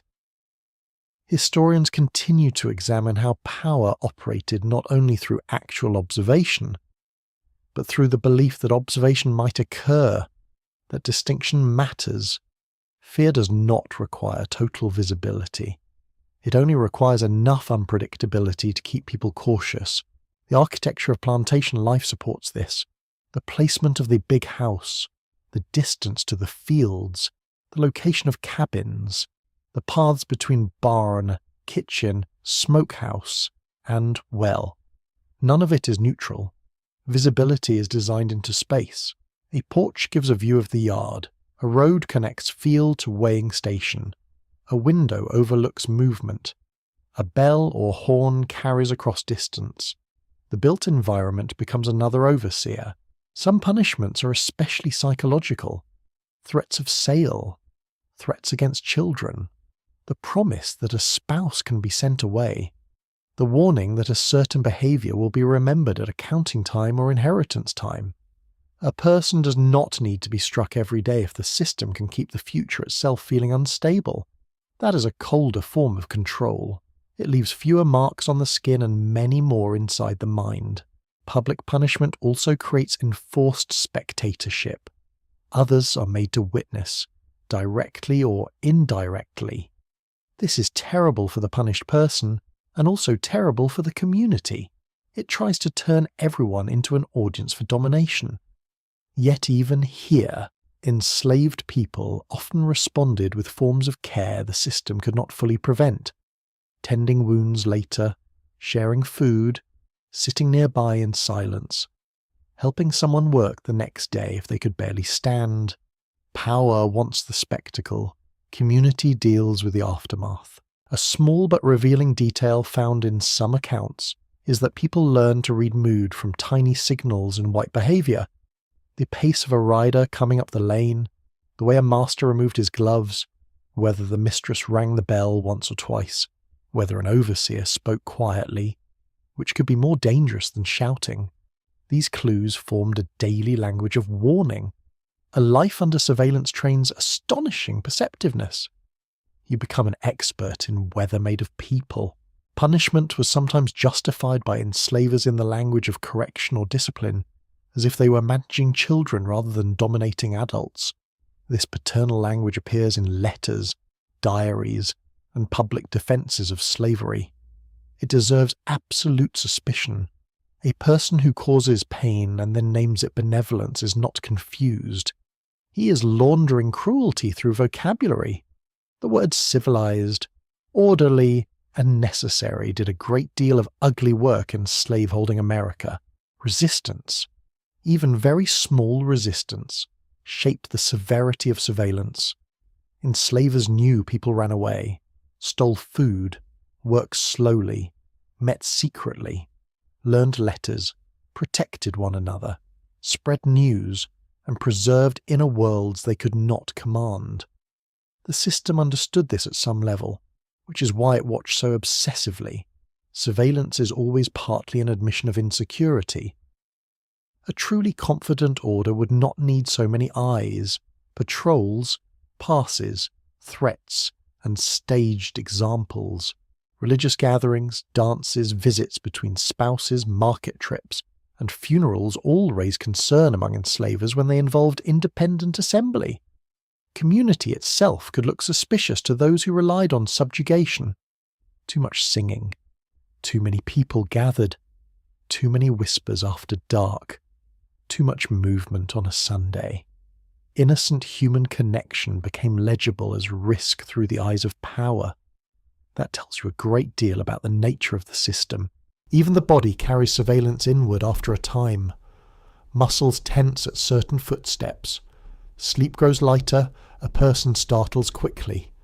The stomach tightens before being called to the house. The eyes scan automatically. Trauma is not only an event, it is a habit the body learns when danger repeats often enough. People in 1820 would not have used that modern vocabulary, but they knew the experience well. They knew what it meant to brace before trouble arrived. Still, surveillance never fully succeeds. People carve privacy into gestures, glances, coded meanings, and moments of ordinary-looking behaviour. They talk while working in ways that appear harmless. They pass warnings in tone more than words. They keep thoughts where no patrol can search. There is no romanticism in saying this. The danger remains real. Yet even the most watchful system cannot make the human interior completely transparent. Toward evening, when formal labour slows, the fear does not vanish. It changes shape. Someone may still be called out. A complaint may still be made. Patrols may still ride. A white visitor may still arrive with questions. A quarrel among whites may spill downward onto everyone else. Uncertainty continues like a low fever. Some nights are quiet, others are not. Quiet itself can feel suspicious when life has taught you to expect interruption, and yet people continue living inside this pressure. They joke, they marry, they raise children, they sing, they plant gardens, they whisper, they carry scars and still make bread. That does not reduce the terror. It only reveals the scale of human endurance. So this is how punishment and surveillance shaped daily life for black Americans under slavery in 1820. Not as background, but as a constant climate. Rules shift, eyes follow, threats hover, passes control movement, patrols extend fear into the night. Violence disciplines one person while warning many others. The plantation and the wider world around it are arranged to keep people visible, uncertain, and afraid. But fear, though powerful, never tells the whole story. Even in a world built to watch and punish, something inside people continues to look back, judge clearly, and remain unconvinced by the lie that domination is order. Control is never as complete as it looks from the porch. That is one of the quiet truths of slavery in 1820. The system claims total ownership, total obedience, total knowledge. It writes laws, posts patrols, counts bodies, and issues commands with theatrical certainty. Yet under that surface, people keep finding ways to resist, not always with open rebellion. That was rare, dangerous, and met with ferocious retaliation. More often, resistance lives in smaller actions, hidden in plain sight, woven into the ordinary fabric of the day. It does not always look dramatic. It still matters. You begin with the most basic thing of all, refusing inward agreement. A person can be forced to work, forced to move, forced to answer. But the mind does not always kneel when the body must. Enslaved people developed whole inner habits of judgment, irony, memory, and private refusal. A master might demand gratitude. He might even hear words that sound like it. Yet inside, the truth remains intact. You know what he is. You know what this is. That private clarity is not nothing. It is the ground under every other form of resistance. Some resistance is built into labour itself. Work slower than expected, but not so slowly that punishment falls at once. Take a little longer tying the load. Miss a tuft of cotton here and there. Drag the hoe a touch less sharply in the hottest hour. Let the task absorb time without announcing defiance.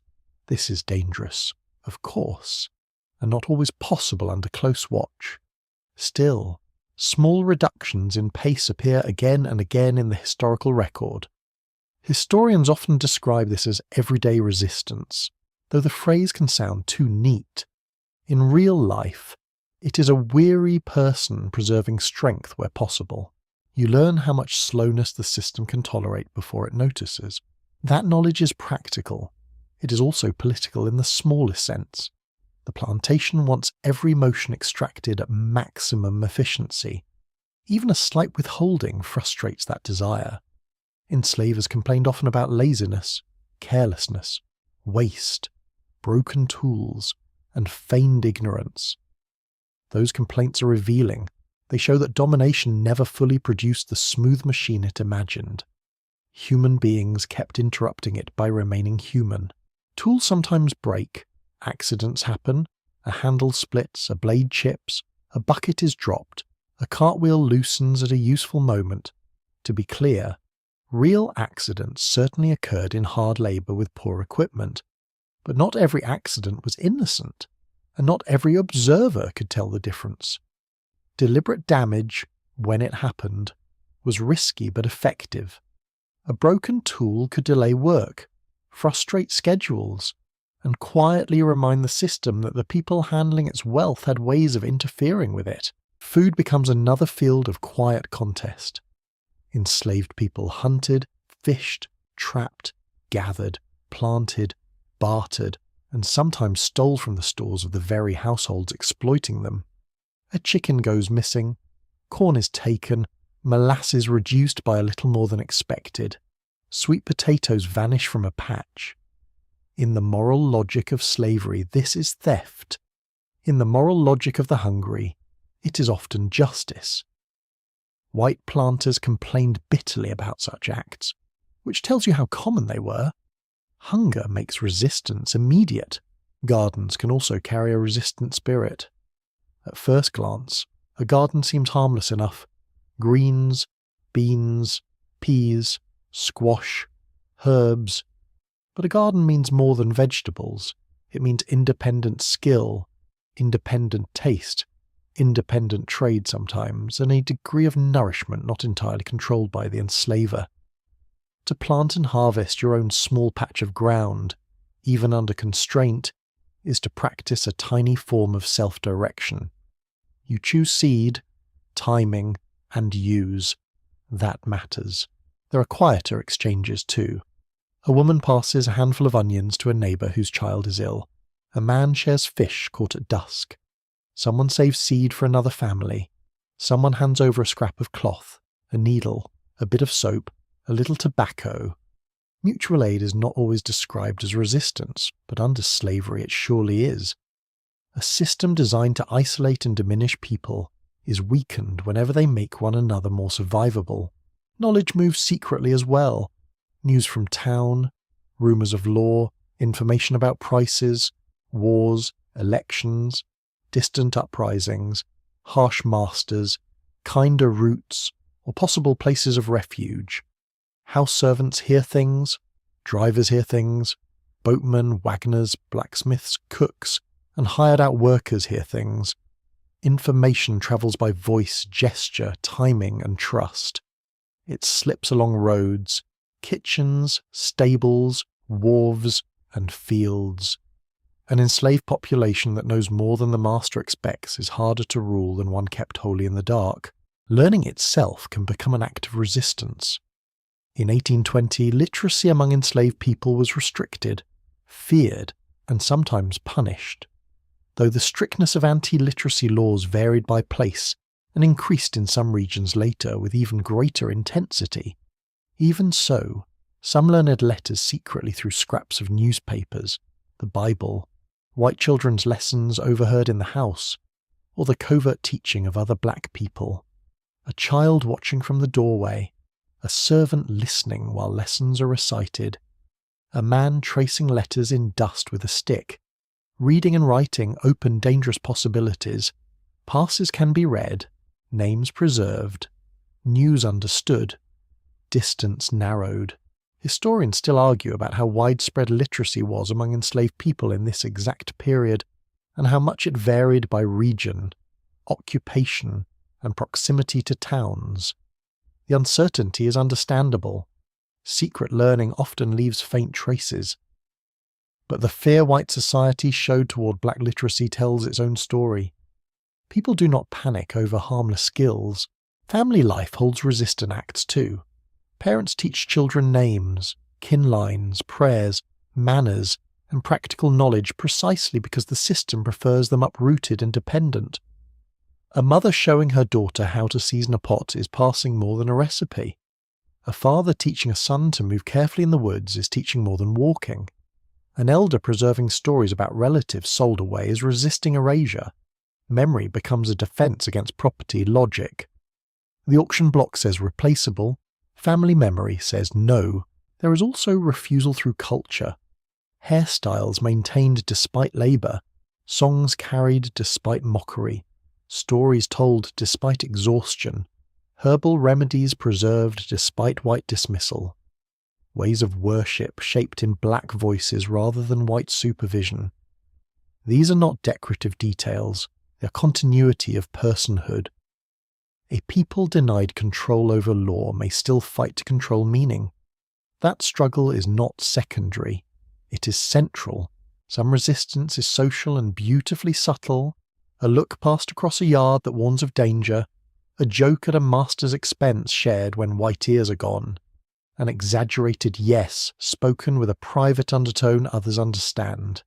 Humour can puncture false authority, not publicly, not always safely, but enough to keep the master from becoming a god in the mind. Gentle sarcasm, sly mimicry, imitation of pomposity, all these show up in black expressive culture under slavery. Power hates being laughed at, even when it does not realise the joke is on it. Courtship can resist too, choosing whom to love, maintaining a marriage across distance, walking miles for a visit, arranging a gathering for family. These acts defend human ties against a system that wants kinship subordinate to ownership. Parenting under slavery is not merely care. It is defiance of the idea that children are only future labour units. To love a child fully in such a world is to reject the world's own explanation of that child. Sometimes resistance becomes physical flight. Running away was among the clearest refusals of all, though it was also extraordinarily dangerous. Some people left briefly to visit family, escape a beating, or exert pressure on an owner. Others fled for longer periods, hiding in woods, swamps, or among free black communities. A smaller number tried to reach genuinely safer ground. In 1820 that journey could be long. uncertain, and dependent on local conditions, geography, assistance, and luck. Runaways faced dogs, patrols, armed pursuit, hunger, weather, and betrayal. Even so, many attempted it. A person does not risk that much without a deep claim to freedom. There were also maroon communities in some parts of the Americas, and in North America some groups of fugitives did form semi-hidden settlements in swamps or remote areas, though their size and durability varied. Historians continue to debate how extensive these communities were in particular places, because sources are patchy and often written by hostile observers. What matters here is that the idea existed in practice. Some people chose not simply to flee momentarily, but to build life beyond the plantation's edge where possible. Open revolt was rare but never absent from slaveholders' imagination. The memory of uprisings in the Caribbean, especially the Haitian Revolution, haunted white Americans profoundly. So did conspiracies, real or suspected, closer to home. This fear shaped law, punishment, surveillance, and daily white anxiety. That anxiety tells you something important. Even where most resistance was quiet, enslavers knew the system rested on unstable ground. They knew it because they had to keep proving control. A revealing little detail appears in some accounts of everyday plantation life. Enslaved people sometimes pretended not to understand an order until it was repeated more clearly, or complied in a literal but unhelpful way. This kind of tactical misunderstanding could slow a task, create cover, or preserve a sliver of dignity. To a master, it appeared as stupidity. To the person performing it, it could be excellent strategy. Under oppression, intelligence often disguises itself as harmlessness. Markets and side work create openings too. In some settings, enslaved people sold produce, poultry, baskets, fish, or handiwork in small local exchanges, with or without permission. Money earned this way might buy cloth, tobacco, tools, or food. Sometimes it was saved toward impossible hopes. Sometimes it simply improved daily life. Economic self-activity, even in tiny amounts, disrupted the fantasy that the enslaver controlled every resource. It also strengthened networks among black people, free and enslaved. Free black communities played a role here when geography allowed contact. They could provide models of alternate life, limited assistance, information, or simply proof that black existence was not naturally tied to bondage. Freedom for black Americans in 1820 was restricted, precarious, and often endangered by racist law, but it was still visible in certain towns, ports, churches, and neighborhoods. That visibility mattered. It widened imagination.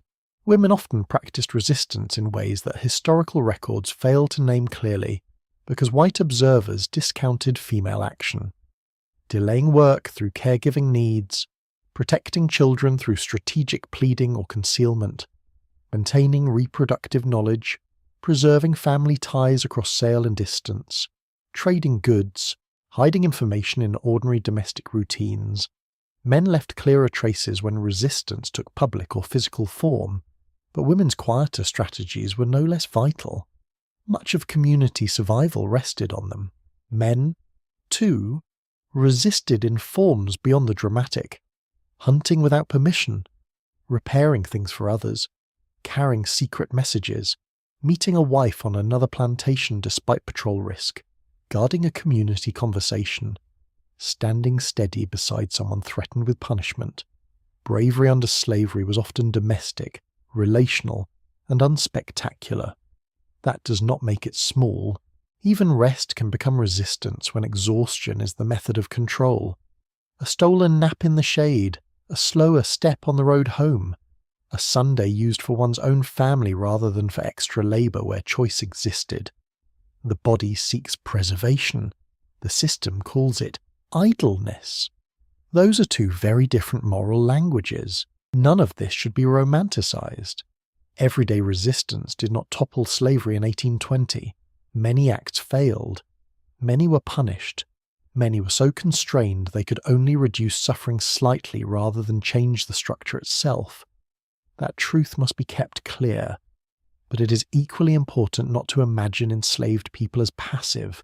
They were thinking, choosing, judging, adapting, shielding, preserving, and undermining where they could.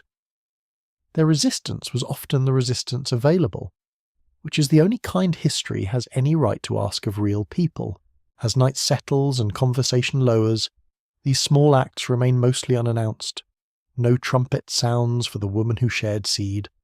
No monument rises for the man who carried news 3 plantations over. No official record praises the child who learned letters by watching from a hallway. Yet this hidden labour of defiance accumulates. It preserves bodies, memories, bonds, and possibilities. It keeps the enslaver's claim to absolute power from becoming true. So this is what small acts of resistance look like for black Americans under slavery in 1820. A slowed hand in the field, a broken tool at a useful moment, food taken back from a system of hunger, letters learned in secret, children taught their names and worth, songs, gardens, jokes, visits, whispers, and shared goods moving through the cracks of control. These acts do not erase the enormity of slavery. They do something else. They prove that even within a world built on domination, human beings kept finding ways to say no, to help one another live, and to defend the inner fact of freedom before the outer world was ready to recognize it. Step away from the plantation for a moment and the picture changes, though not nearly as much as you might hope. In 1820, not every black American is enslaved. A significant number live as free people in towns, cities, river ports, and rural communities across the United States. Yet freedom, in this world, is narrow, conditional, and watched with suspicious eyes. It can be real and still feel fragile. It can open a door and leave 10 others locked. You notice the difference first in movement. A free black man walking through a street in Philadelphia, Baltimore, New Orleans, Charleston, or Cincinnati may choose his destination in a way an enslaved person cannot. A free black woman may live in her own household, hire out labour, sell goods, attend church without asking an owner, or keep her children with her under the law in a way denied to the enslaved. Those are not small changes. They matter deeply, but the walk is not easy. Eyes follow. Papers may be demanded. A wrong official, an angry white neighbour, or a new local law can tighten the world very quickly. By 1820, free black communities existed in both North and South, though their circumstances differed sharply by region. In northern cities, gradual emancipation laws had reduced slavery in many places, but freedom did not bring equality. In southern states, free black people lived under increasingly restrictive rules shaped by white fear and racial hierarchy. Some had been born free, some had purchased freedom, some had been manumitted by enslavers. Others had gained freedom through military service or legal circumstance in earlier decades. Historians continue to debate the exact social mobility of these communities because conditions varied so much by place, wealth, occupation, and colour line within black communities themselves. A free household can look modest but independent. A small rented room above a shop, a narrow house on a crowded street, a cabin on the edge of town with a swept yard and a patch for vegetables, a place with a table, bed, chest, cooking pot, perhaps a Bible, perhaps tools for trade, perhaps extra chairs when relatives come. The smells here are familiar in some ways. Wood smoke, stewing food, damp cloth drying by the hearth. But the emotional atmosphere can be different. The room holds ordinary responsibility rather than ownership by another person. You may still be poor, you may still be exhausted, but when you latch your own door, the gesture carries dignity. Work among free black Americans is varied and often difficult. Men may labour as sailors, dock workers, draymen, barbers, carpenters, blacksmiths, coopers, waiters, teamsters, or general labourers. Women may work as washerwomen, cooks, market sellers, seamstresses, nurses, domestic servants, and laundresses. Some free black artisans build respected trades. Some operate small businesses. Some preach, teach, or help organise mutual aid. Yet nearly all face discrimination in wages, hiring, licenses, and opportunity. Freedom gives access to labour on one's own behalf. But white society often arranges the market to keep that labour precarious. On the street, you hear a different rhythm from plantation life. Wheels over cobblestones, horses snorting at the curb, vendors calling produce, fish, bread, or oysters, church bells, hammers from a smithy, children darting between doorways, sailors shouting near a wharf, a woman balancing a basket on her head, men unloading barrels with practiced grunts. The city has movement, and movement creates possibility. It also creates danger. Crowds make anonymity easier and harassment easier too. Papers matter enormously. Free black people often carry certificates of freedom, passes, or legal documents proving status. Without them, a person can be harassed, jailed, fined, kidnapped, or accused of being a runaway. Imagine that kind of freedom, real enough to exist, but forced to travel folded in your pocket, vulnerable to rain, theft, doubt, and white malice. The paper says you are free. A stranger may decide otherwise for an hour, a day, or forever. Kidnapping of free black people into slavery was a very real threat in some regions, especially where markets and human beings were expanding and enforcement favoured white claims over black testimony. Church becomes a central anchor in many free black communities, not just for worship, though that matters deeply, but for social life, education, leadership, and mutual support. A church basement or meeting room can hold news, collections for the poor, discussion of marriages, help for widows, and plans for schooling. Black churches in this period are not merely religious spaces, they are among the few institutions where black authority can stand publicly, however precariously. The sound of prayer there carries a different resonance. It is still shaped by oppression, but also by self-governance. Education has a special charge in these communities. Free black parents often sought schooling for children whenever possible, and black leaders in northern cities especially pressed hard for literacy and instruction. Schools faced underfunding, hostility, and segregation, yet they mattered enormously. A child reading aloud by candlelight in a free black home represents more than learning. It represents a claim on the future. White America noticed this and often reacted with suspicion. Knowledge in black hands had a way of making the social order nervous. A quirky but revealing detail from city records and memoirs is that some free black neighbourhoods were known as places of exceptional tidiness and social discipline, partly from pride and partly because residents understood they were being judged harshly by white observers. Swept stoops, carefully dressed children, Sabbath best kept neat despite limited means. All this could become a collective language of respectability. It was not simple imitation of white norms, it was also strategy. A community under scrutiny learns how to present itself without surrendering its own values. Still, free life is not comfortable for everyone. Poverty is common. Housing can be overcrowded. Illness travels quickly through dense neighbourhoods. Work is seasonal or unstable. White employers can dismiss workers with little warning. Free black women often support households through washing, cooking, nursing, and market labour that leaves hands rough and backs aching. Free black men may find themselves confined to the hardest and least secure jobs. Freedom brings responsibility without protection. That is a sharp arrangement. In the South, restrictions can be especially severe. Some states require free black people to register, carry documentation, pay special taxes, or obey curfews. Their movement, assembly, testimony in court, and right to bear arms may be restricted or denied. In certain places, manumission itself becomes legally difficult or burdened with conditions. White legislatures fear the example free black people set for the enslaved population. The mere fact of a black person living outside bondage is treated as a provocation. This fear shapes daily interaction.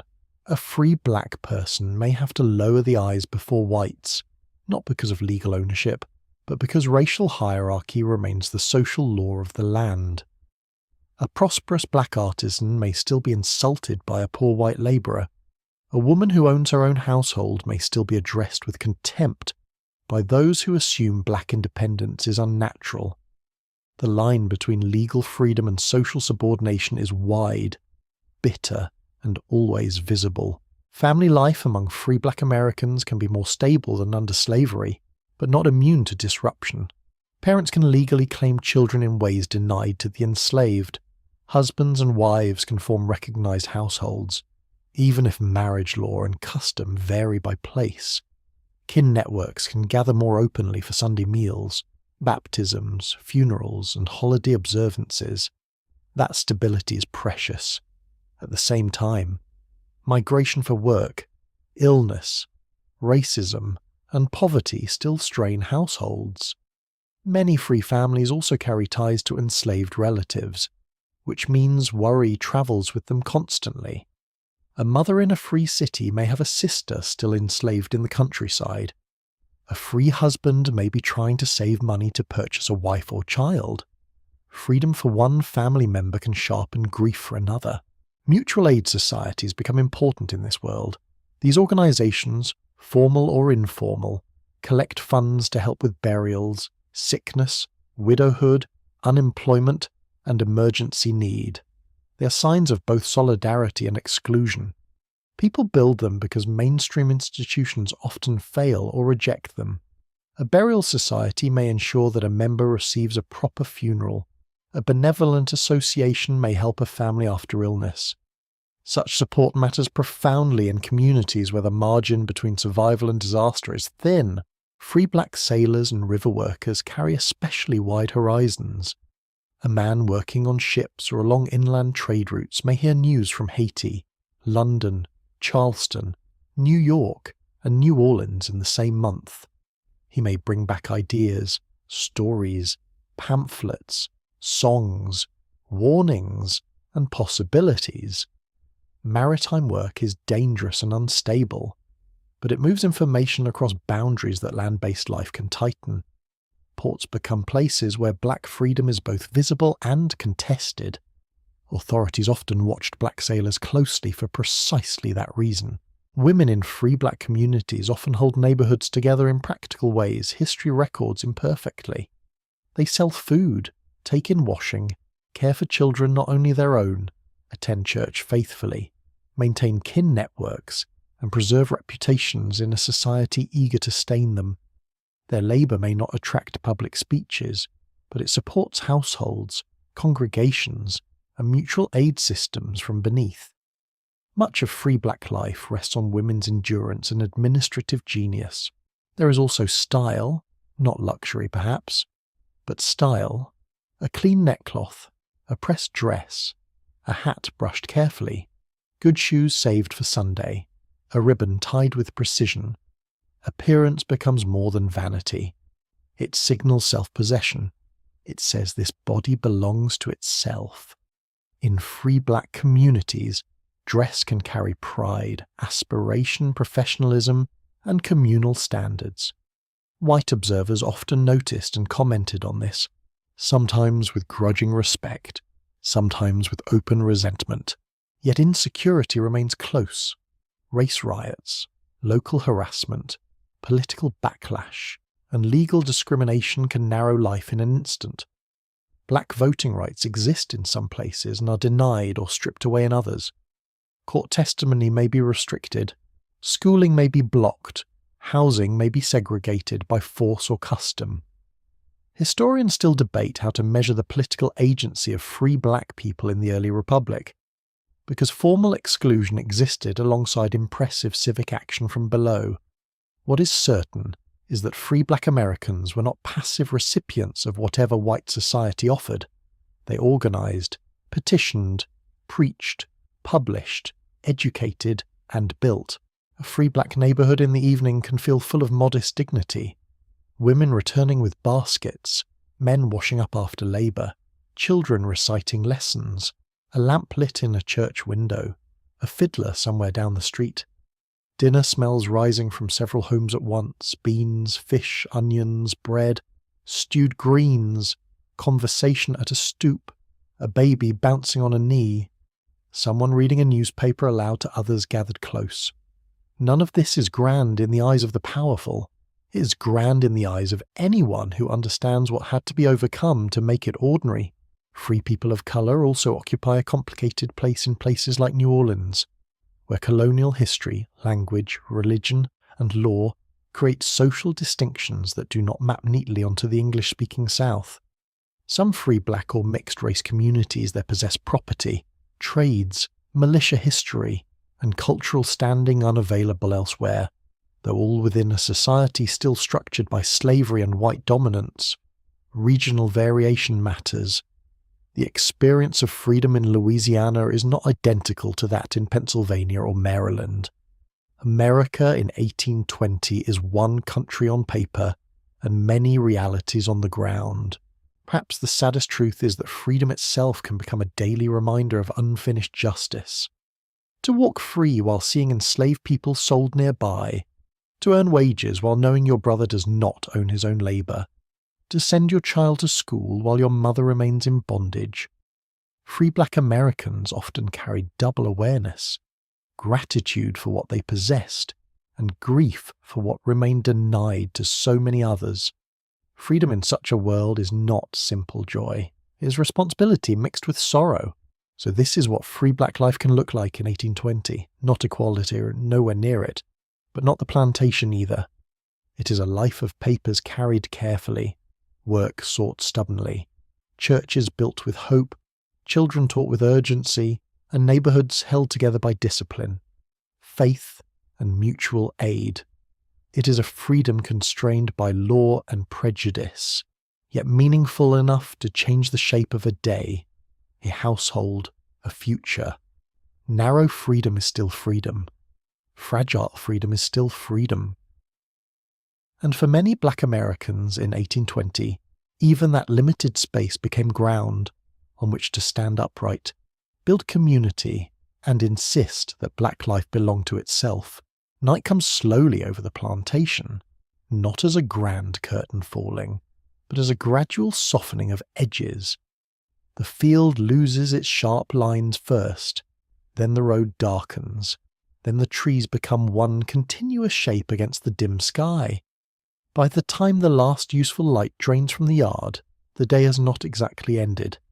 It has only loosened enough to let other parts of life reappear.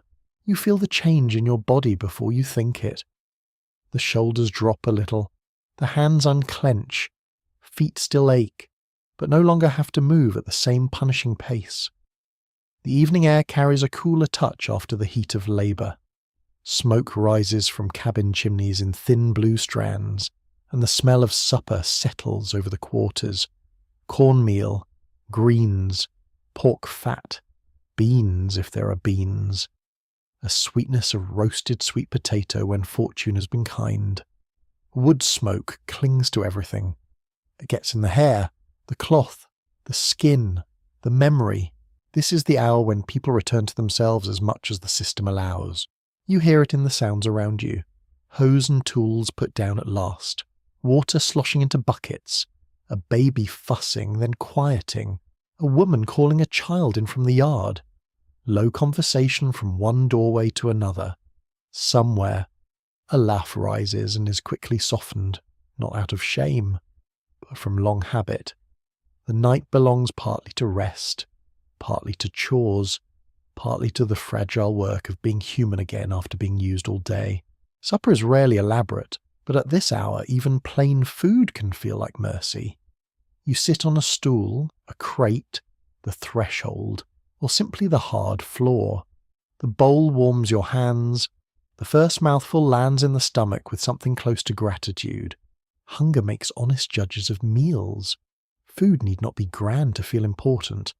A little salt, a little grease, a little heat, enough to quiet the body for a while. Children eat with the serious focus of the truly hungry, then become drowsy in stages, blinking at the fire.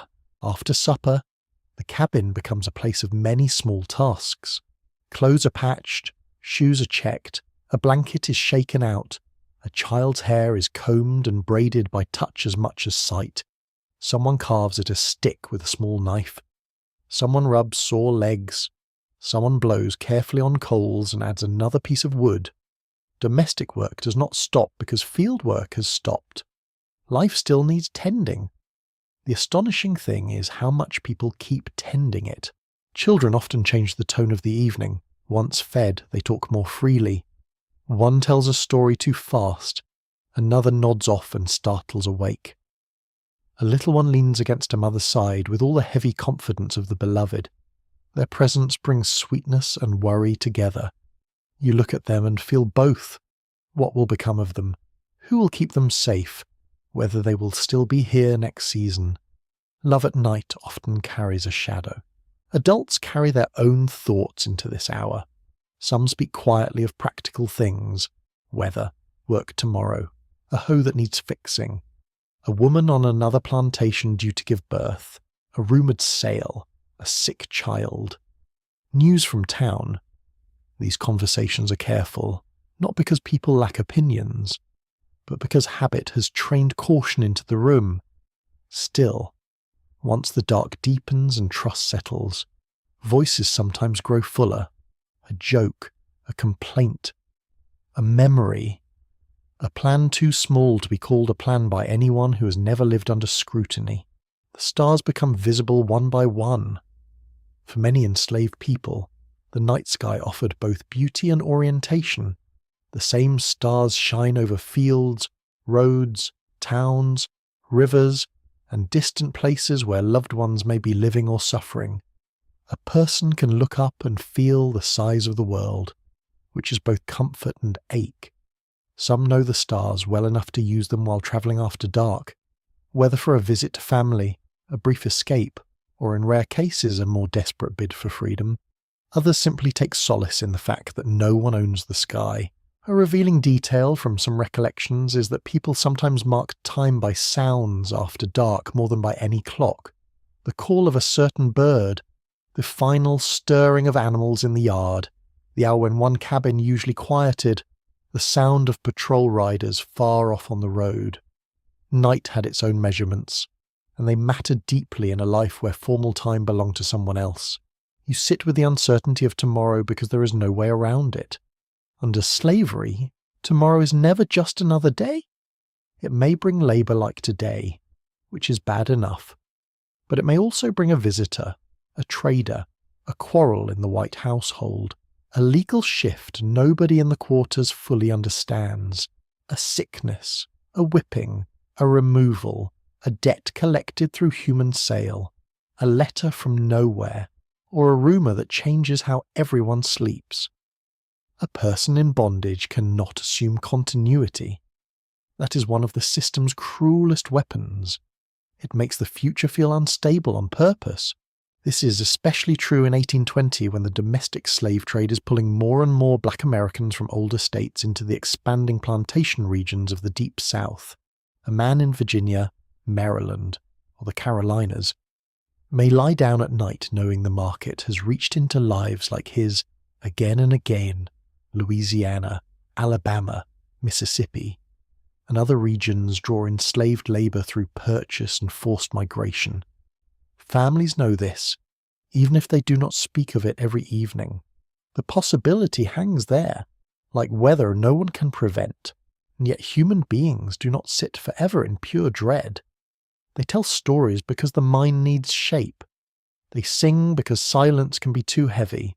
They repair things because order in one corner of life pushes back against chaos in another. Someone may tell a trickster tale that makes the children grin. Someone may hum an old tune with no announced purpose.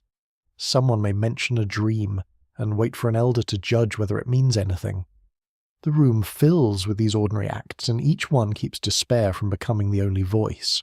There are also the quieter moments, a husband and wife speaking low after the children settle, an older woman sitting with her thoughts, staring into the fire as if it might answer, a young person lying awake, somewhere between exhaustion and restless imagination, a man on the threshold, elbows on knees, listening to the night insects and thinking of a brother sold years ago. Night makes room for inwardness. That can be a comfort. It can also be hard.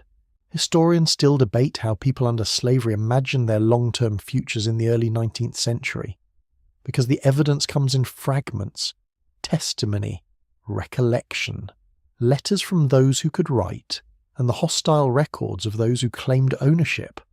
Some surely focused on immediate survival above all else. Others cultivated hope in religion, family, rumour, or plans of escape. Many probably did both, moving between practical realism and moments of far-reaching imagination depending on the day. Human hope is rarely consistent. It flickers. The body keeps its own account of the day. Hands pulse with soreness. Shoulders twitch. Legs feel heavy even when lying still. The palate rustles under shifting weight. You can tell what labour was done by where the ache settles. Cotton picking leaves one sort of complaint. Hoeing another. Housework another. Child carrying another. The body remembers tasks more honestly than any ledger. Outside, dogs bark once and then stop. Somewhere a horse moves in its stall. Wind passes through trees with that dry whisper leaves make when the dark is full. There is always the possibility of interruption. A call from the yard, a knock at the door, hoofbeats on the road. Even rest remains somewhat provisional. Sleep in slavery is not the deep, careless sleep of security. It is often alert at the edges. Still, people do sleep. They must.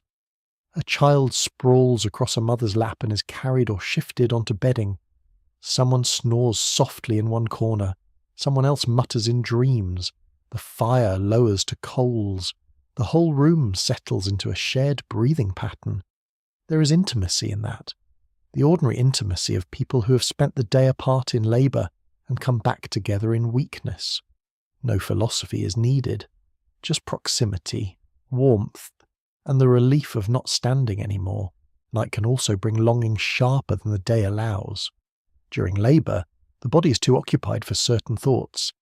In darkness they return, the spouse on another plantation, the child buried last winter, the mother you still imagine alive in another county, the father whose stories you still repeat, the friend who ran away, the brother sold south. Memory grows louder when the noise of work is gone. Some people welcome that, some fear it, most likely both. In the quarters, tomorrow is often prepared in tiny practical ways. Meal is set aside if there is any. Water is covered. Clothing is placed where it can be found in the dark. A tool is leaned near the door. A baby is wrapped more tightly against the night air. These gestures admit an uncomfortable truth, however uncertain the future feels. Dawn is expected to return. Readiness is a form of resignation, perhaps, but also of endurance. You get ready because you are still here to get ready. There is a bitter irony in how beautiful nights can be in such a place. Moonlight on the yard, frogs calling from wet ground, fireflies in summer, blinking among the weeds like tiny wandering embers, the sweet smell of cut grass or warm pine after a hot day, a soft breeze through the doorway. Beauty keeps arriving in a world that does not deserve it. Maybe that is one reason it matters. It reminds you that existence is larger than the plantation, even when the plantation tries to fill the whole horizon. A child asks a question from the bedding. Something simple. Will it rain tomorrow? Where do stars go in daylight? Why does that bird call at night? An adult answers gently, perhaps truthfully, perhaps with a little story added to ease the mind. Adults under slavery become managers of fear for the young. They cannot remove danger, so they soften its edges where they can. There is nobility in that. quiet nobility. The final thoughts before sleep are not always grand. Sometimes they are very small. I hope the baby's cough eases. I hope the overseer stays away from our row. I hope I can see my wife on Sunday. I hope the roof holds if it rains. I hope the rumour is false. I hope the child sleeps. I hope. That little phrase survives under astonishing pressure. So this is nightfall for black Americans living under slavery in 1820. Exhaustion settles in, but never by itself. It comes with memory, hunger partly quieted, love crowded into small rooms, practical chores, low voices, stories, songs, and the unsettled knowledge that tomorrow is not guaranteed to resemble today. The plantation darkens, but the inner life of the people within it does not go out. It glows in coals, in whispered talk, in children's questions, in the shared act of lying down despite uncertainty. The world they inhabit is designed to deny stability, yet every night they gather what fragments of peace they can, hold one another close, and prepare themselves for another dawn they did not choose. Now the room grows quieter still. The voices fade to murmurs, then to breath. The fire sinks lower, red at the centre, grey at the edges. Outside, the trees stand motionless beneath the stars, and the road disappears into darkness where no eye can follow it for long. The earth cools, the air softens, the smallest sounds begin to matter most. A blanket shifting, a child sighing, a log settling inward on the coals. You let the night widen around you. The day has asked much. Too much, really. Yet here, in this final hush, there is nothing more to carry for a little while. The bowl has been emptied, the tool has been set down, the doorway is still. Even worry, though never fully gone, grows quieter when the body can no longer hold it upright. Thoughts loosen. Names drift gently through the mind. The shape of a face. The warmth of a hand. The sound of a low song almost remembered. Above the cabin roof, the same stars continue their patient journey. They do not hurry. They do not argue. They simply shine over field and forest, over river and road, over sorrow and endurance alike. Their calm does not erase the pain below, but it does offer a kind of vast stillness, a reminder that night can hold what daylight cannot, so you rest as best you can inside that stillness. You rest in the warmth of shared breath, in the faint scent of ash and pine, in the soft dark that blurs the hard lines of the world, and as sleep comes nearer, slow and quiet, the burdens of the day grow dimmer at the edges, until all that remains is the steady comfort of being held for a few peaceful hours by the night itself.